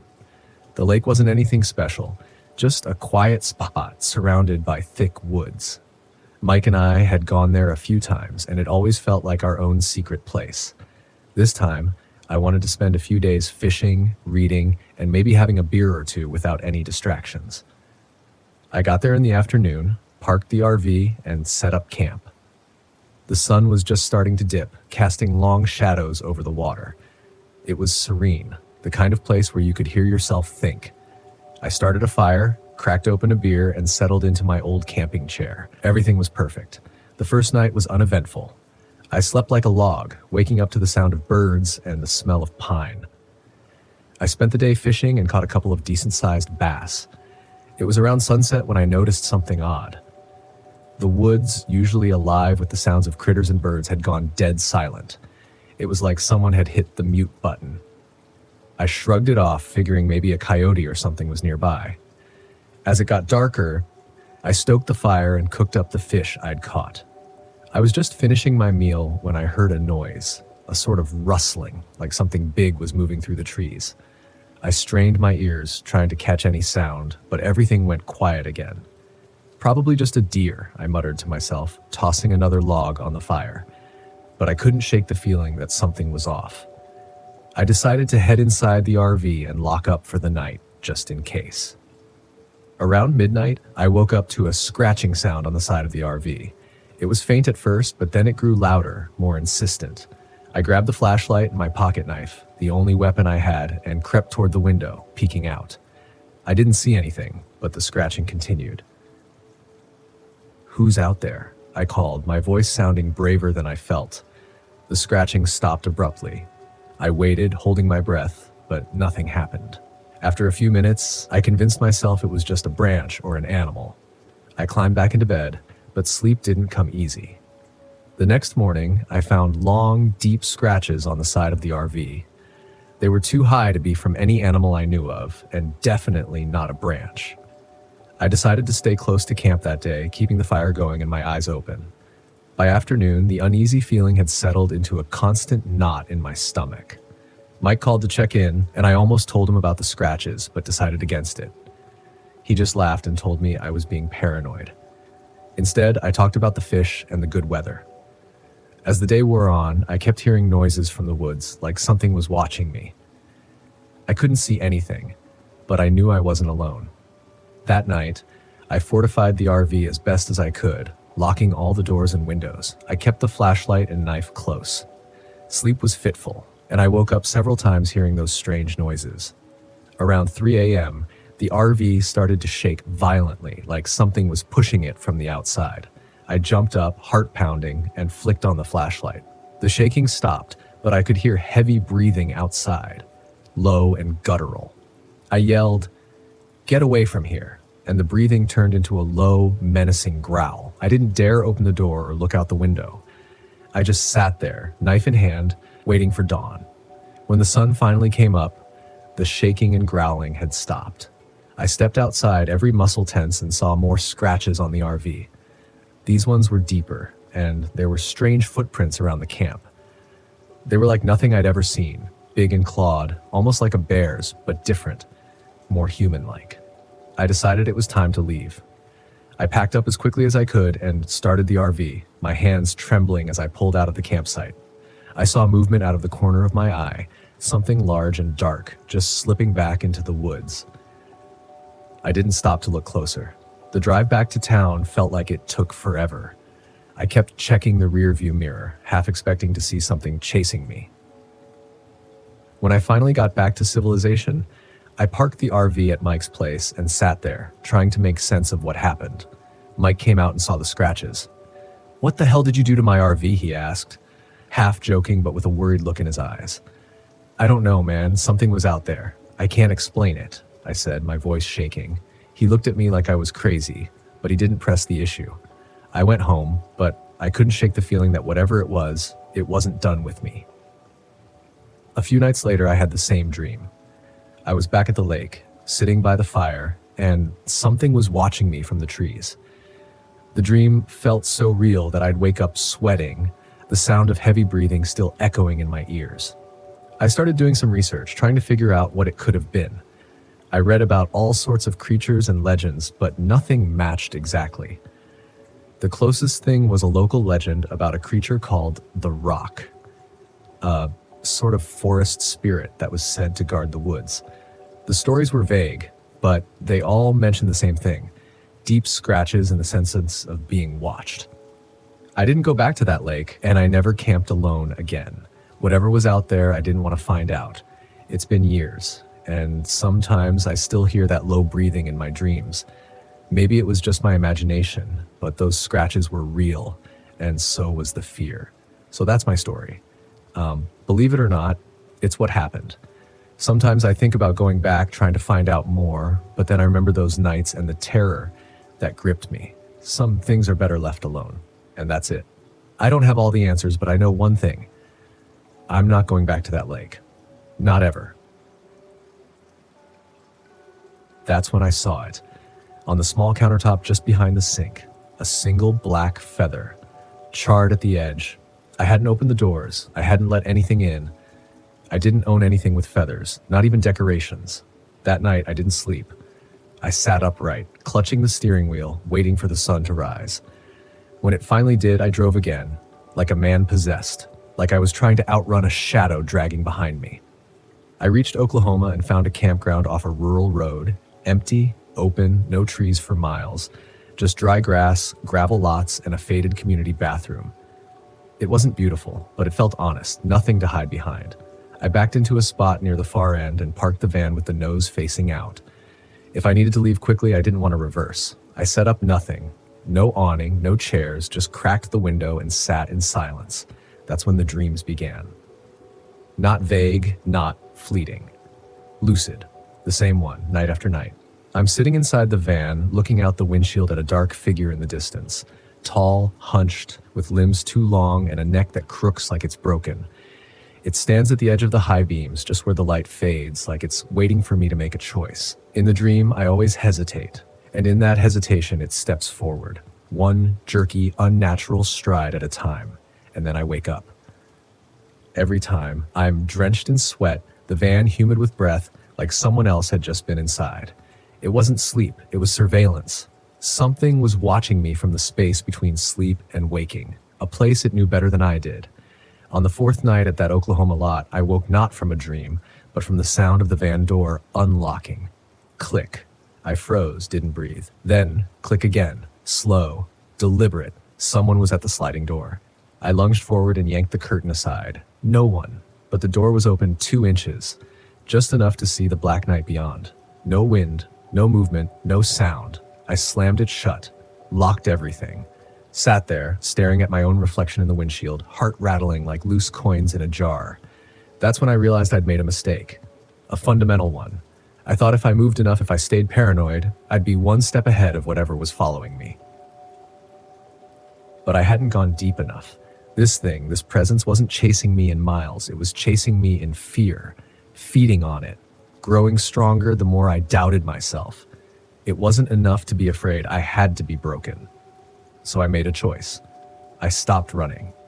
I drove south into Texas hill country, where the trees return and the roads get narrow and cracked, where few campers go because the lots are remote and the service is spotty. I went back into the woods. I found a primitive site deep in the Lost Maples State Natural Area. No electric hookups, no other vans, just a clearing big enough for my Volkswagen and the canopy above. And I waited. The first night, nothing happened. No scratching, no smells, no dreams. The second night, I stayed awake again. Eyes open, body still. Listening. The crickets were loud, but they stopped, one by one, like something was moving through the brush, sending silence ahead of it. Then, just before 3 a.m., it returned. That whisper. This time, from the roof of the van. Not in the walls, not outside. Right above me, like it had climbed onto the pop top and was breathing through the fiberglass. I stood up, climbed onto the front seat, opened the roof hatch. Nothing. No one. No one. But the top of the van was wet, like something had stood there dripping. I pulled the ladder out of the back, climbed to the roof with a flashlight in one hand and my hunting knife in the other. The light hit the fiberglass roof and illuminated a trail. Footprints. Bare, thin, child-sized. But they didn't lead to the edge. They led to the center of the roof and stopped. No exit. No direction. Just gone. I sat there on the roof until the sky turned gray. I didn't cry, I didn't scream, I just watched the trees and felt my heartbeat finally slow. That's when I remembered something my grandfather used to say. He grew up near the bayous in Louisiana. He used to tell stories about creatures that followed travelers, not by body, but by intention. He'd say, some things don't haunt places, they haunt choices. I made a decision then. I wouldn't leave the van, I wouldn't run, but I wouldn't feed it either. No more fear, no more silence. If it wanted to break me, it'd have to fight. The fifth night, I cooked dinner outside, not out of bravery, but defiance. Chili on the camp stove, the scent loud and deliberate, a declaration that I was done being prey. I sat under the awning, letting the smell linger in the darkening air as the shadows pooled longer than they should have across the gravel and leaves. I didn't listen for sounds. I didn't wait for scratching. If it was going to come, I'd be right here. I left the sliding door open. I wanted it to see me. Around midnight, the wind changed. Gentle at first, but laced with something wrong. It didn't rustle through the trees like it normally would. It came in low, almost crawling through the grass. The lantern I had on the table began to flicker, and the air turned cold in a way that didn't match the weather. Then I heard it again. Not scratching this time. Footsteps. Light. Unhurried. Like someone walking barefoot through dry leaves. But not to the van. Around it. Circling. I didn't move. Like breath against the walls. Like someone humming without voice. Somewhere behind the cabinets. I tore the van apart. I opened every drawer, every storage hatch. I even pulled the mattress out from the pop top and checked underneath. Nothing. But the smell was there. It hit me when I opened the bottom drawer near the water tank. Rot. Not strong, but undeniable. Like old leaves left in rain. like something had died and dried and waited. I bleached everything, scrubbed every corner. Still, I couldn't shake it. And worse, my dog Rocco, he wouldn't go near the van. Rocco's a lab mix, friendly, fearless, always bounding up trails like nothing could touch him. But that night, when I opened the door to let him in, he froze, ears back, tail low. He growled, a sound I'd only heard once before when a bear came too close to camp. I called him, begged him, but he wouldn't budge. I slept in the front seat, alone. Dog on the pavement outside, curled up under a picnic table. In the middle of the night, I woke to knocking. Not on the van this time, on the neighboring trailer. Knock, knock, knock. 3 short raps repeated every 10 seconds. I peeked through the curtain. The trailer next door was dark. Nobody stirred. No lights came on. But the knocking continued, steady, insistent, like a pattern. I stepped outside, flashlight in hand. The night was still. Airless. Rocco growled again, low and trembling, staring not at the trailer, but behind it, toward the trees at the edge of the fence. My beam caught movement, just a flicker. Something tall, narrow, pale, gone in an instant. I backed into the van and slammed the door. The next morning, I walked to the park office to ask about the neighbors. I think someone's playing pranks, I told the guy behind the counter. Knocking on trailers. Just wondering if anyone else reported anything. He blinked slowly, then he said, "You're in lot 17, right?" "Yeah," he hesitated. "That lot's been empty for weeks. The trailer there's ours, used for storage. No one should be in or around it." I left that hour. I drove east. No plan. Just movement. I kept thinking that if I put enough miles behind me, whatever had followed me would get lost. But the smell stayed. The shadows inside the van shifted when I wasn't looking, and then the scratching began. Late at night, from inside the walls, light, soft, like claws on aluminum, as if something was trapped behind the paneling, something with patience. I pulled over at a rest stop outside Albuquerque, popped the paneling near the kitchen sink. There was no animal, no mice, but etched into the foam insulation was something I'll never forget. A single word, stay, written in what looked like charcoal or ash or something older. It wasn't a warning, it was a command. And that's when I finally admitted what I already knew. This wasn't a ghost story, not the kind you tell around a fire. This was something older, something that didn't want to scare me away, but draw me in. Something that liked the van, that fed on movement, on fear. Something that had lived out there in the woods near Dead Pine Hollow and hitched a ride. And I had no idea how to make it leave. I started to lose track of time after that. Days blurred into each other. I was driving without direction, sleeping only when exhaustion hit hard enough to knock me out. I wasn't camping anymore, I was hiding. And the Volkswagen, once my sanctuary, had become a moving prison. Wherever I parked, it felt like it was watching me from the corners of the cabinets, from behind the curtains, from underneath the bed. The scratching stopped being occasional. Now it was nightly, consistent, rhythmic. Worse than the noise was the sense of timing. It always started between 2 and 3 a.m., like clockwork. And the pattern wasn't random anymore. It felt calculated. I began recording the sounds on my phone, convinced I could catch something, show it to someone, but every morning the recordings were corrupted. Just static, broken files, or worse, hours of silence where I knew I'd heard the scratching. It was messing with me. I started to doubt myself. I stopped checking the map. I stopped counting states. I just moved east. Always east. Something instinctive told me to get away from the forests. The dry air, the desert, even the endless freeways, they felt safer somehow, like I was giving it less to feed on. But no matter where I went, the signs came back. One night at a pull-off near the Texas border, I smelled smoke. Not outside, not from someone else's campfire. Inside the van. I jolted upright from sleep, heart pounding, nostrils flaring. It was faint but sharp. Burnt wood, maybe plastic, with like something electrical had shorted. I grabbed my flashlight, swung it around. The pop top was closed, the kitchenette cold. Nothing glowing, nothing cooking. But when I leaned over the stove, the scent intensified. My breath was slow, controlled. Every instinct screamed at me to run, to slam the van door shut, to drive until the tank was empty. But I sat there, and I spoke, not to it, to myself. "You're not stronger than I am," I whispered. "You're only what I let you be." And the footsteps stopped, the wind vanished. Silence dropped like a hammer. I stood, took one step forward, and that's when I saw it.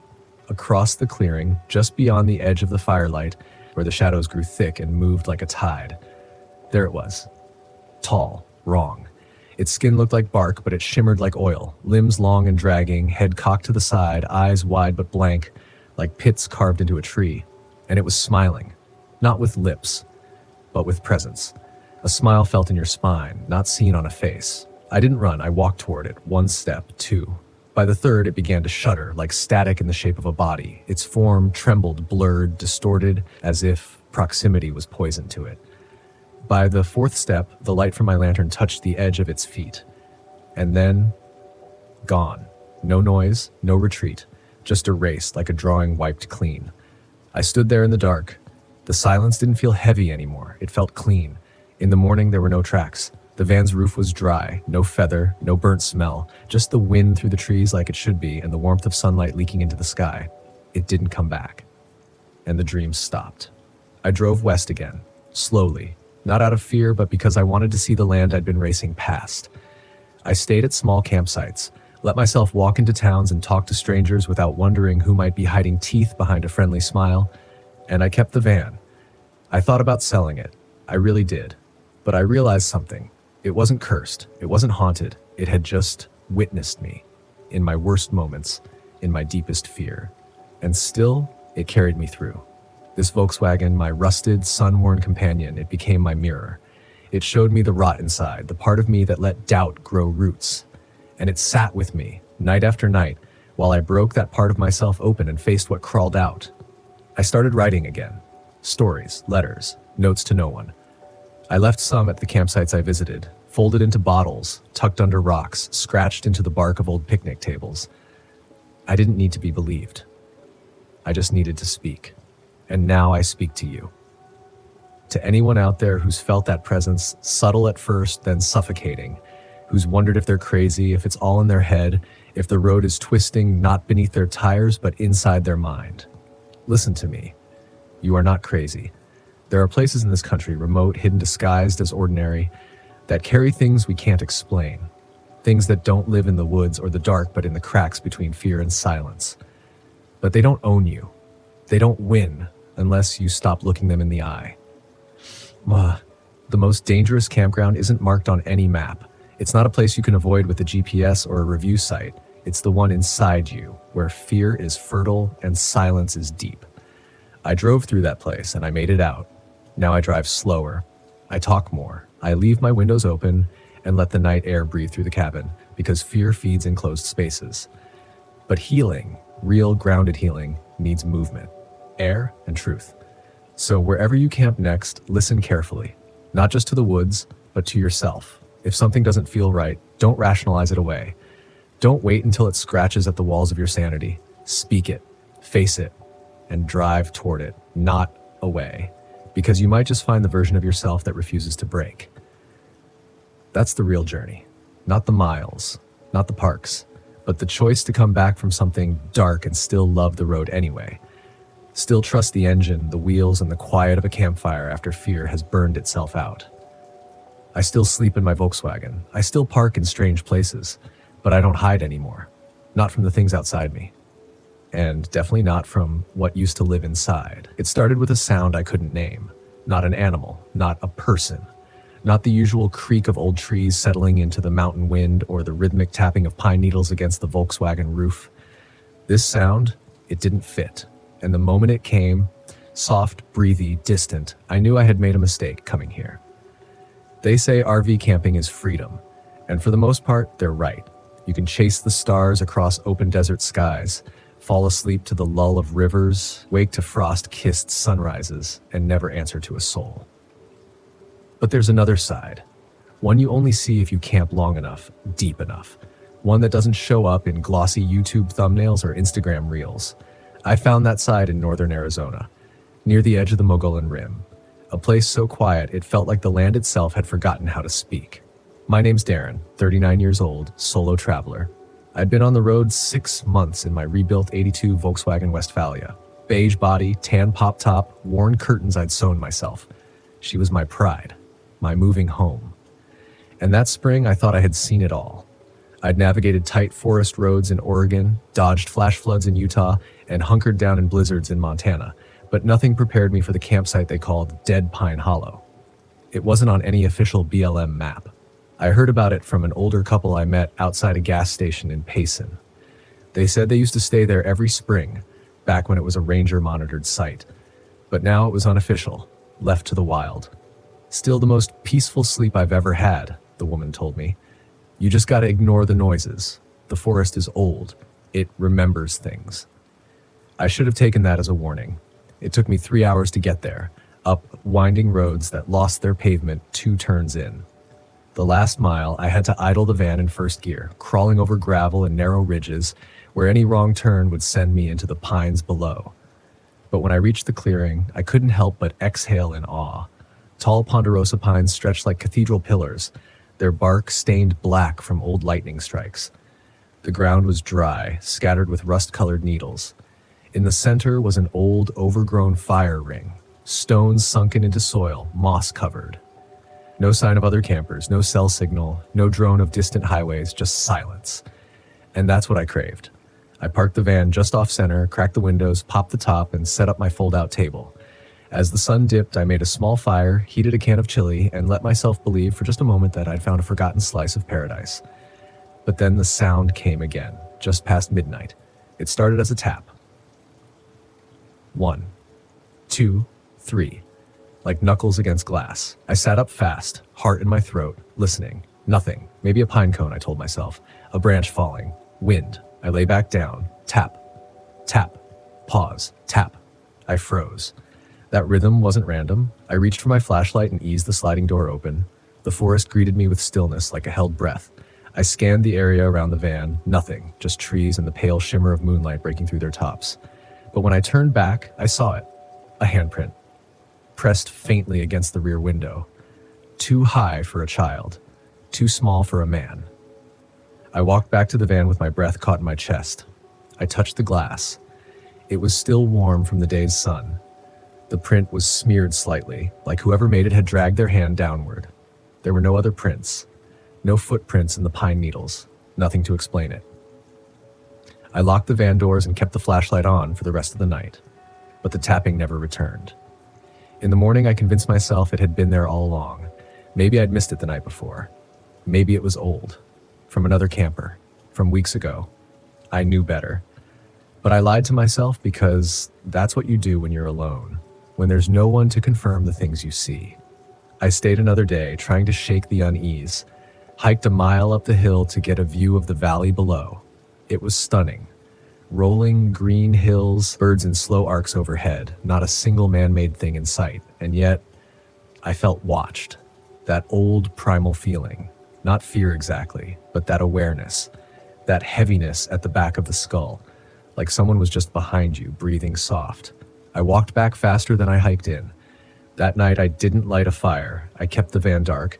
I didn't want to draw attention. I even shut the curtains tight and stuffed a towel along the bottom of the door where the draft got in. Around 2 a.m., the knocking came again. This time, not a tap. Louder, slower. 4 knocks, each one deliberate, against the side panel by the back tire. I didn't move. I didn't breathe. And then I heard it. Footsteps. Not on leaves. On the roof. Something was walking on the pop-top. I grabbed the flashlight, flipped it on, and yanked open the back door in one motion. I pointed the beam straight up. Nothing, but the footsteps stopped, like whatever had been up there simply disappeared. I didn't sleep. I sat in the front seat until sunrise, engine off, clutching my flashlight like a weapon. And when the light came, I climbed up to check the roof. No marks, no scratches, no footprints. But one thing was missing. My vent cover. Torn off. Clean. Like someone had unscrewed it. I left Dead Pine Hollow that morning, tires kicking up dust as I tore down the gravel road. My hands shook the entire drive back to town. But the weirdest part, when I stopped for gas 2 days later in a small town east of the canyon, I struck up a conversation with the cashier. She saw my van and asked how long I'd been on the road. "Couple months," I told her. "Camped up at the old Dead Pine Hollow a few nights ago." Her face paled. "You're lucky," she said, voice low.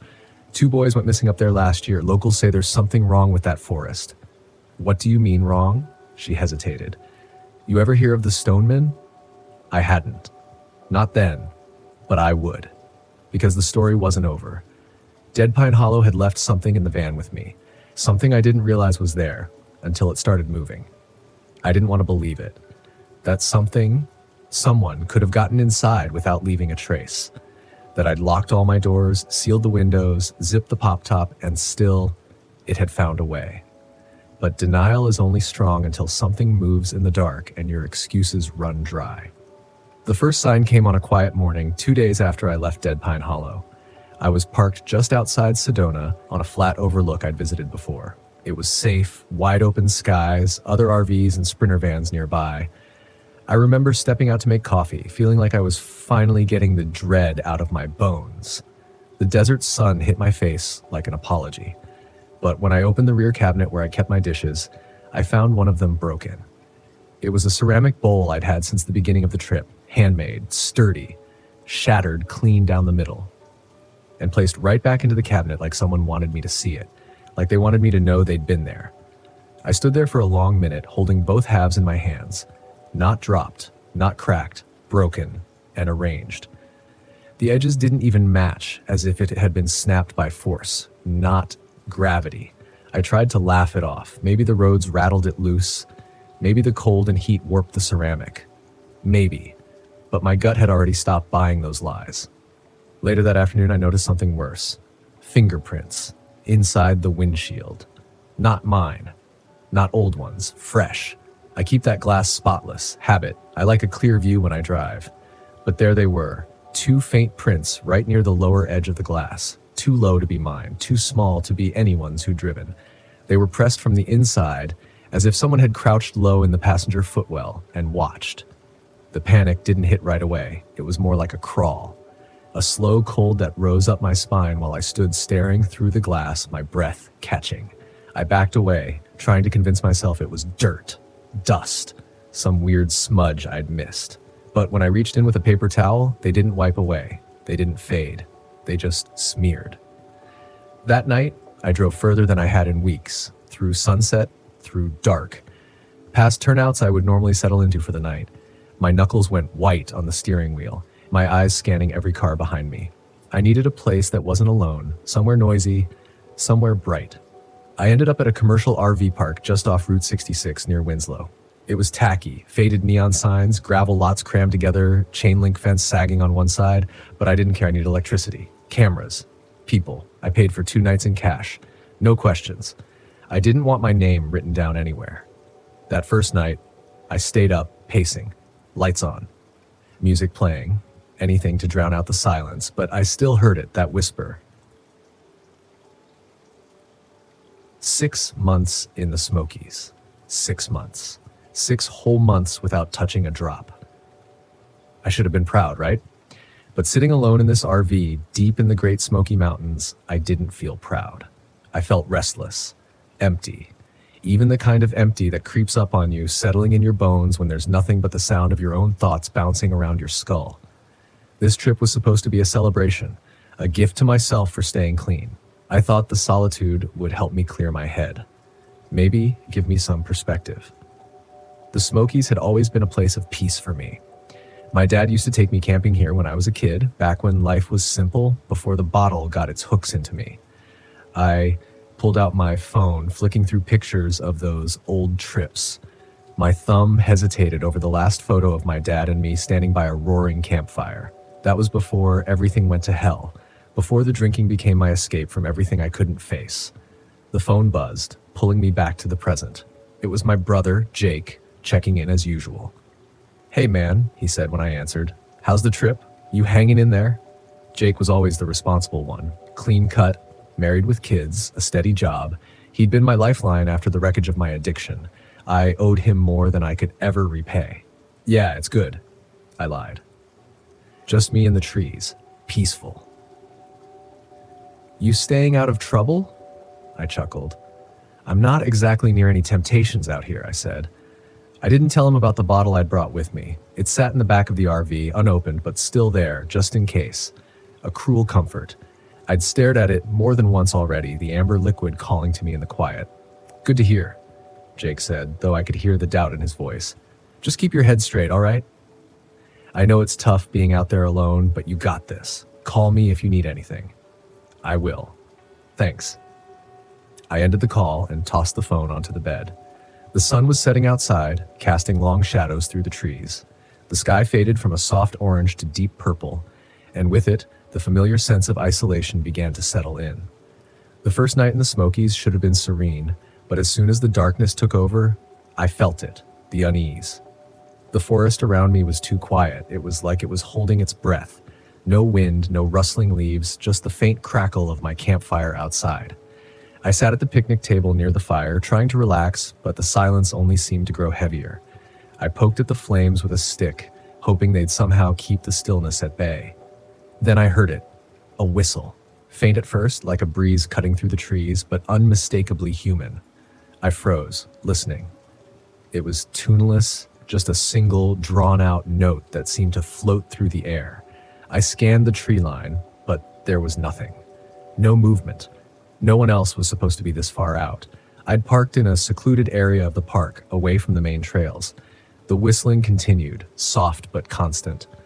Probably just the wind, I muttered to myself. But even as I said it, I knew that wasn't true. It didn't sound like wind. It sounded deliberate. I stood, the hairs on the back of my neck prickling and slowly circled the fire. I kept the flames between me and the trees, my eyes darting between the dark shapes of the pines. The whistle came again. Louder this time, closer. My heart hammered in my chest, the familiar anxiety clawing its way up my throat. "Who's there?" I called, my voice breaking the thick silence. No response, just another long, drawn-out whistle. I grabbed my flashlight from the RV and swept the beam through the trees. The light cut through the darkness, but all I saw were shadows. No footsteps, no crunch of leaves, just that damn whistling drifting through the trees like a ghost. I didn't sleep much that night. The next day, I tried to convince myself it was nothing. It had to be nothing, right? Just a trick of the wind. The mountains could be strange like that, especially at night.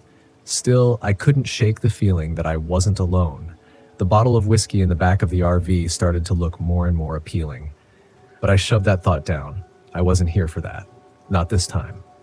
To clear my head, I went for a hike, following a trail that wound through the dense forest. The air was crisp, the smell of pine and damp earth filling my lungs. For a while it worked. I could almost forget about the night before. Almost. That's when I saw the first marking. It was carved into the bark of a tree, a rough, jagged symbol that looked like a spiral or maybe an eye. I couldn't tell. It didn't look natural, though. It felt intentional, like a warning. I ran my fingers over it, the grooves deep and uneven. I kept walking, but the further I went, the more of the symbols I saw. Spirals, faces, strange runes carved into the trees, all leading deeper into the woods. It felt like they were guiding me somewhere, though I wasn't sure I wanted to find out where. That night, the whistling returned. I was sitting by the fire again, trying to keep my mind off the bottle, when the sound came drifting through the trees. This time, it wasn't soft. It was louder, closer. I stood up, flashlight in hand, and scanned the forest. My heart pounded in my ears. My mouth went dry. The whistling seemed to circle the campsite, moving slowly but deliberately. It was all I could hear, filling the silence like a haunting lullaby. I turned, and that's when I saw him. Standing just beyond the tree line was a figure, a man, gaunt and pale, his hollow eyes fixed on me. He stood motionless, his lips pursed as he whistled that same eerie, tuneless note. "Hey!" I called, my voice cracking. "What do you want?" The figure didn't respond. He just stood there, watching me. The whistling grew louder, more insistent, cutting through the night air like a knife. I took a step toward him, but as soon as I moved, he turned and disappeared into the trees. My hands were shaking. I wasn't sure if it was fear or something else, something deeper. I felt the urge to chase him, to follow that haunting sound, but my legs refused to move. I stayed by the fire until dawn, too scared to go back inside the RV. The next day I tried to leave. I packed up my gear, grabbed the keys to the RV, and decided I'd had enough of the Smokies. But when I tried to start the engine, it wouldn't turn over, just a dull click. I swore under my breath, popped the hood, and checked the battery. Everything looked fine, but the damn thing wouldn't start. I tried calling Jake, but my phone was dead. I'd charged it the night before, but now it was completely drained. No signal, no service, nothing. The forest around me felt suffocating. Couldn't shake the feeling that something was watching me, waiting just beyond the trees. The whistling started again, faint at first, then growing louder, like a taunting melody. I grabbed the bottle from the back of the RV. I wasn't going to drink it. Not yet. But holding it made me feel better, more in control, as if I could use it as a weapon somehow. That night, the stranger came back.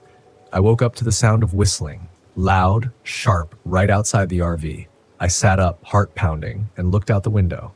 He was standing by the fire pit, his pale face illuminated by the flames.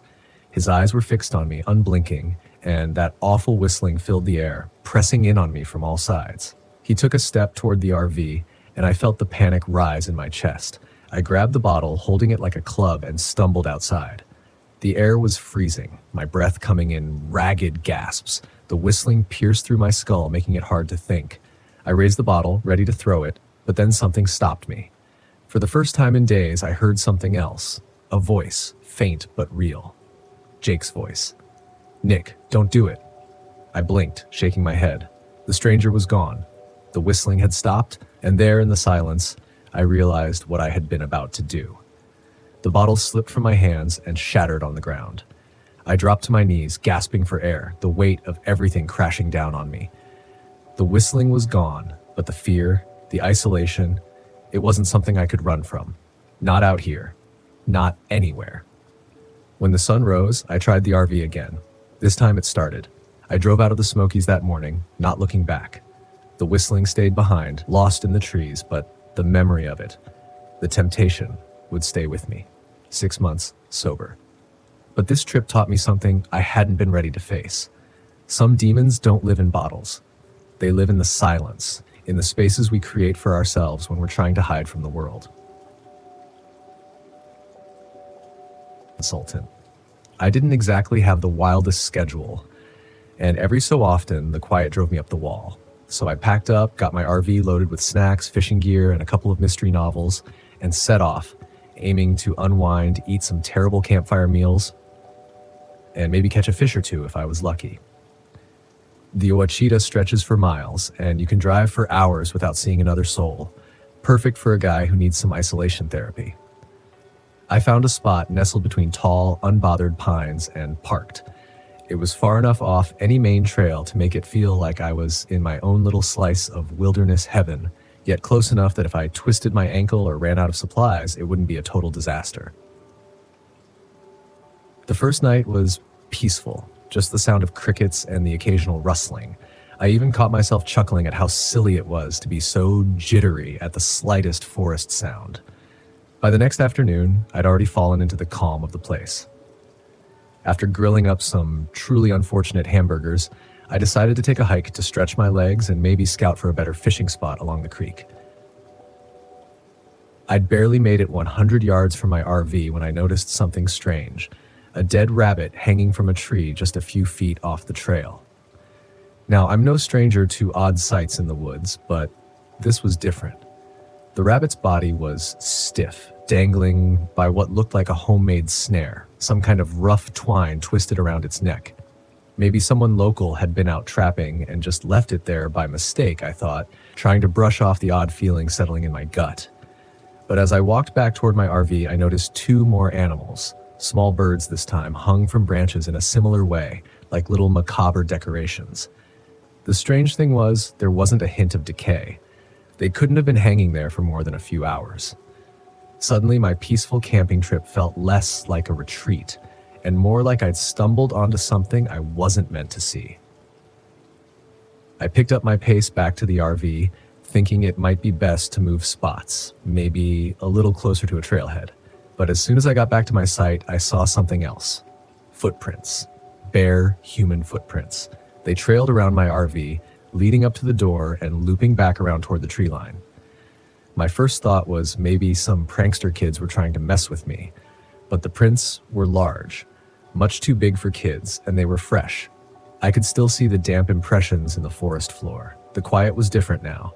It felt like the whole forest had gone dead silent, and every little crackle of a branch felt amplified. I climbed into the RV, closed the door, and locked it, for all the good it would do. I sat down, trying to decide what to do next. My phone had no reception out here, so calling for help wasn't an option. I figured I'd sleep with one eye open, maybe head back out in the morning.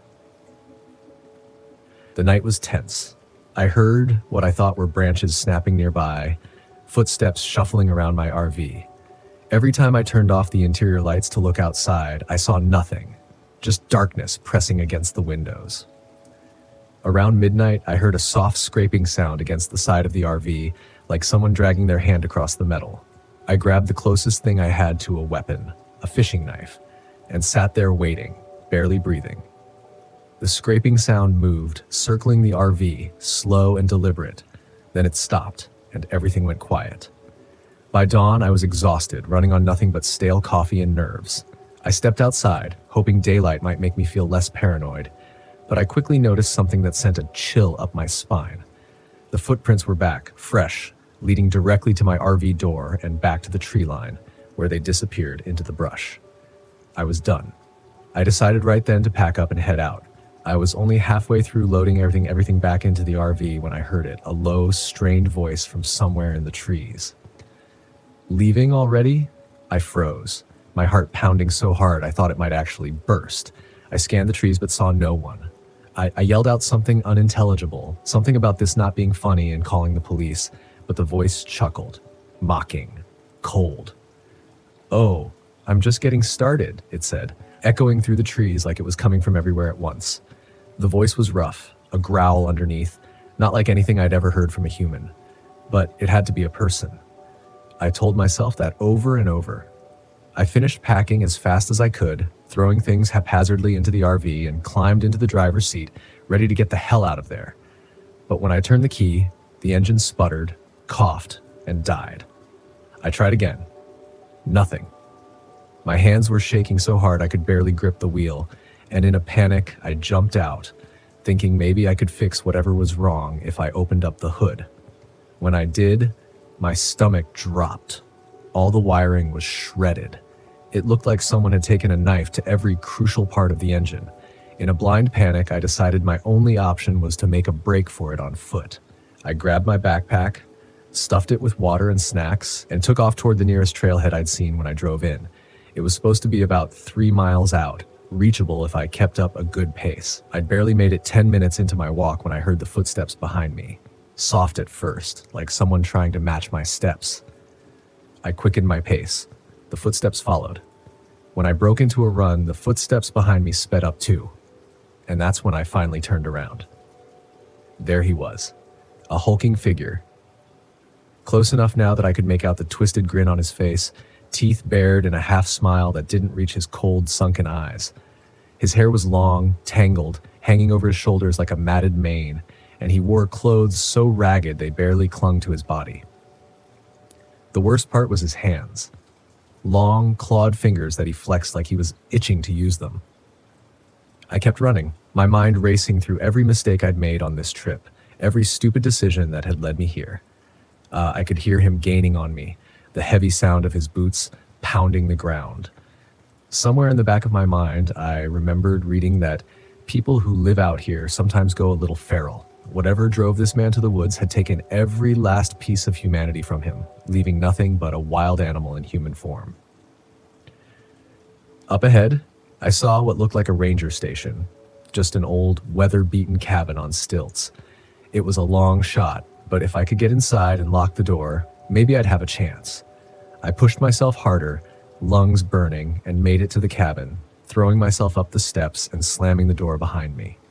I wasn't safe yet, and I knew it. I bolted it shut, every nerve in my body firing as I pressed my back against the wood, trying to catch my breath. Outside, I could hear his footsteps slowing, then stopping. A shadow fell over the window, and then I heard it again. That voice. Low, mocking. "You can't hide from me. Not out here." He pressed his face to the window, his grin widening, those teeth glinting in the dull morning light. He was holding something in his hand, a small, tattered notebook worn down with age. He opened it, and that's when I saw the names written inside, each one crossed out, followed by a crude sketch of the forest, a line leading to a little X. My name was the last one on the list. I felt something shift inside me, a primal surge of fight or flight that almost drove me to open the door and charge him head on. Instead, I grabbed the first thing I saw, a rusted fire poker by the cabin's old stove, and held it out like a weapon. The man laughed, a harsh, guttural sound that bounced off the trees outside. "You're not the first," he sneered. "But you're the last. Today, anyway." He backed up a few steps as if giving me a head start, and I took the opportunity to scan the cabin. There was an old radio on the counter, and I scrambled over, twisting the knobs, praying for even the faintest signal. Static crackled, and then, miraculously, a voice came through, muffled but there. "This is Ranger Station 14. Do you copy?" "Yes," I shouted, breathless. "Please, I'm in trouble. There's someone." Before I could finish, the window shattered. The man's hand shot through, clawing at the air, barely missing me. I ducked down, clutching the radio like a lifeline as he banged against the door, each hit harder than the last. "Just you and me now," he growled, his voice rising into a manic, almost gleeful tone. "No one's coming."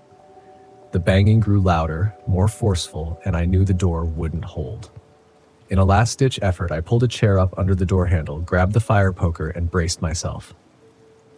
The door splintered, and he stepped through, eyes gleaming with an unholy excitement. He lunged toward me, but I swung the poker, catching him across the face. He staggered back, laughing, a sick, twisted laugh that echoed through the cabin. Blood dripped from a gash on his cheek, and he wiped it away, smearing it like war paint across his face. I charged, swinging the poker again, and this time it hit hard enough that he dropped to one knee. But he was strong, almost inhumanly so, and he grabbed my wrist, twisting it until the poker fell from my grip.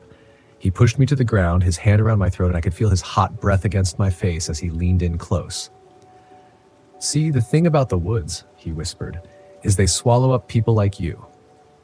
With a sudden burst of strength, I shoved him off, scrambling to my feet. He lunged again, but this time I was ready. I grabbed the fire poker and plunged it into his chest. He staggered, his mouth opening in a silent scream as he fell backward, clutching the poker embedded in his chest.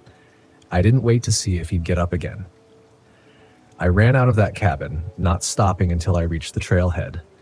The Rangers found him the next day, dead and stiff on the cabin floor. They said his name was Elroy Fitch, a local who had gone missing a decade earlier, only to resurface now as some kind of feral predator. His journal was filled with sketches of his victims' final paths through the woods. They didn't ask me much, just took my statement and told me to get some rest. I left that day, my RV untouched, his final words echoing in my mind. "The woods swallow up people like you." I never wanted to drive Loveland Pass again. I hadn't been back on that stretch of road since the night Marty died. The night his rig went over the edge and disappeared into the fog like it had never existed. The only thing they found was twisted metal at the bottom of the canyon. I told myself it wasn't my fault, but the guilt stuck to me like oil on a rag, refusing to wash off no matter how many miles I put between me and that place. But Pete called in a favor. He needed me, and I owed him more than I could count. A convoy job through the Rockies, 3 trucks hauling high-value cargo to a research facility in Colorado. It was big money, but more than that, it was for Pete. He convinced me with a laugh over the phone. "Come on, Red. We need your experience out here. What could go wrong?" I didn't laugh, not this time. So there I was, back in the driver's seat of my rig, with Pete leading the convoy and another trucker, Jerry, bringing up the rear. The snow-capped peaks of the Rockies loomed ahead as we started our ascent through Loveland Pass. The winding road snaked around the mountains, a narrow, dangerous route where one wrong move could send you tumbling into nothingness. The memories hit hard as soon as we passed the first switchback, the same stretch where Marty had lost control. I gripped the wheel tighter, feeling the familiar weight of regret in my chest. I'd spent years avoiding convoys, always driving solo. The ghosts from that night hadn't let me forget, and now I was back, like I was inviting them to haunt me all over again. "Red, you still with us?" Pete's voice crackled over the CB, cutting through my thoughts. I pressed the mic. Yeah, still here. Roads are getting slick. We should take it slow." Pete agreed, and we settled into the grind, navigating the treacherous turns with caution. The sun had set hours ago, and now only the thin beams of our headlights cut through the growing darkness. The fog rolled in thick and fast, curling around the edges of the road like ghostly fingers. That's when I saw it up ahead. Just barely visible through the fog was a pair of headlights. They flickered like a dying flame, appearing and disappearing in the swirling mist. I squinted, leaning forward, trying to get a better look. It was a truck. No doubt about it, but there was something familiar about the way it moved, the way it hugged the curves of the road like it had been driving this route for years. I keyed the mic again. "Pete, you see that truck up ahead?" Silence. Then Pete's voice came through, confused. "There's no truck, Red. Just us." I glanced in the mirror. Jerry's headlights were still behind me, steady and unchanging. But the truck in front? It wasn't one of ours. I let go of the mic, my gut tightening. Maybe it was a local driver, someone familiar with the area. But as I watched it more closely, I knew that wasn't right. The truck was old, real old, the kind of rig you didn't see much on the road anymore. And then it hit me, hard and fast. The paint job, the faded red stripe down the side, the same color as the one Marty had on his rig. My chest tightened. "No," I whispered, gripping the wheel so tight my knuckles went white. It couldn't be Marty's truck. It was gone, destroyed, crumpled at the bottom of a canyon. But this was his rig. It had to be. The headlights flickered again, and then the truck was gone, swallowed by the fog like it had never been there. "Red, you good back there?" Pete's voice crackled through again. I didn't respond right away. My pulse was racing, my hands slick with sweat. I glanced around, looking for any sign of the truck, but the road was empty. "Yeah," I said finally, my voice shaky. "Just seeing things." But I wasn't seeing things, not this time. We kept moving, the road winding higher, the fog thickening, the curves grew sharper, and the guardrails seemed to disappear into the mist, making it feel like we were driving on the edge of the world. That's when the CB crackled again. But this time, it wasn't Pete or Jerry's voice. "Red, you gotta help me." The voice was faint, distorted, but I recognized it immediately. My heart stopped. "Marty?" I whispered, disbelief creeping into my voice. The radio stayed silent for a moment, but then it came again, clearer this time, like the words were being dragged through the static. "Red, help me. I can't hold on." I dropped the mic. This wasn't real. It couldn't be. Marty was dead, gone. But that voice, it was his, down to the rasp he always had when he called me Red.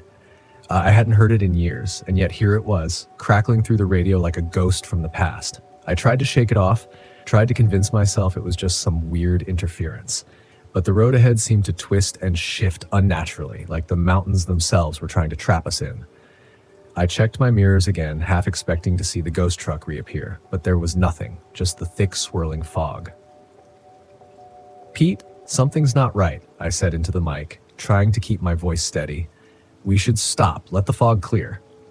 "Negative, Red. We've got a tight schedule. Keep moving." His response was sharp, almost panicked. Pete wasn't the type to scare easily, but I could hear the tension in his voice. He knew something was wrong too, but he didn't want to say it. The fog pressed in closer, and suddenly the road didn't feel familiar anymore. I'd driven this pass more times than I could count, but now it was like the route had changed. The turns were sharper, the drops steeper. I didn't know where we were headed anymore. And then I saw the truck again. It appeared out of the fog closer this time, swerving wildly across the road. The old rusted cab, the faded red stripe. It was Marty's rig, no doubt about it. But when I pulled alongside, there was no driver. The cab was empty, the windows fogged over from the inside. My stomach lurched. I slammed the brakes, swerving to avoid the ghost truck, but it vanished into the mist as quickly as it had come. My truck fishtailed, tires screeching against the wet pavement, but I managed to hold it steady. My heart was pounding in my chest. "Red, what the hell's going on back there?" Pete's voice snapped through the radio. "I saw him," I muttered, barely able to catch my breath. "I saw Marty's truck." Silence hung in the air for a long moment. I knew Pete was processing what I'd said, trying to figure out if I was losing it or if there was something more. But before he could respond, the CB crackled again. Marty didn't make it. It wasn't Pete. It wasn't Jerry. It was Marty. His voice filled the cab, clearer than before, as if he was sitting right next to me. "You let me go, Red. You let me fall." I clenched the wheel, anger and fear boiling in my chest. "I didn't let you fall. I tried, Marty. You didn't try hard enough. The road twisted again, sharper this time, and I could barely see the guardrail through the fog. But I kept driving, adrenaline coursing through me as Marty's voice echoed in my head. Suddenly, Pete's voice cut through the chaos. "Red, you gotta snap out of it. This isn't real." "It's the mountains messing with you," I snapped back. "Messing with me." "Don't act like you don't hear him, Pete." Pete didn't answer. The road ahead dipped sharply, and I saw it. The same curve where Marty had gone over.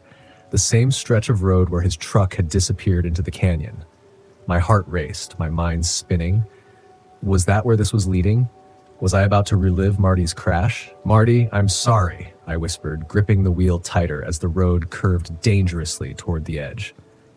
"I'm so damn sorry." The fog lifted just enough for me to see what was ahead. Marty's truck in the middle of the road, blocking the pass. There was no time to stop, no time to think. I swerved hard, avoiding the ghost truck at the last second. My rig skidded, the wheels screeching as I fought to keep control. For a moment I thought I was going over the edge. The wheels teetered on the lip of the canyon, the guardrail creaking under the weight of the truck. But I yanked the wheel, pulling the rig back onto solid ground. My breath came in ragged gasps. I looked in the rearview mirror. The ghost truck was gone. The fog was clearing, and for the first time in years, I felt like I could breathe. "Red?" Pete's voice came over the radio, softer now. "You still with us?" "Yeah," I whispered, gripping the wheel with trembling hands. "I'm still here."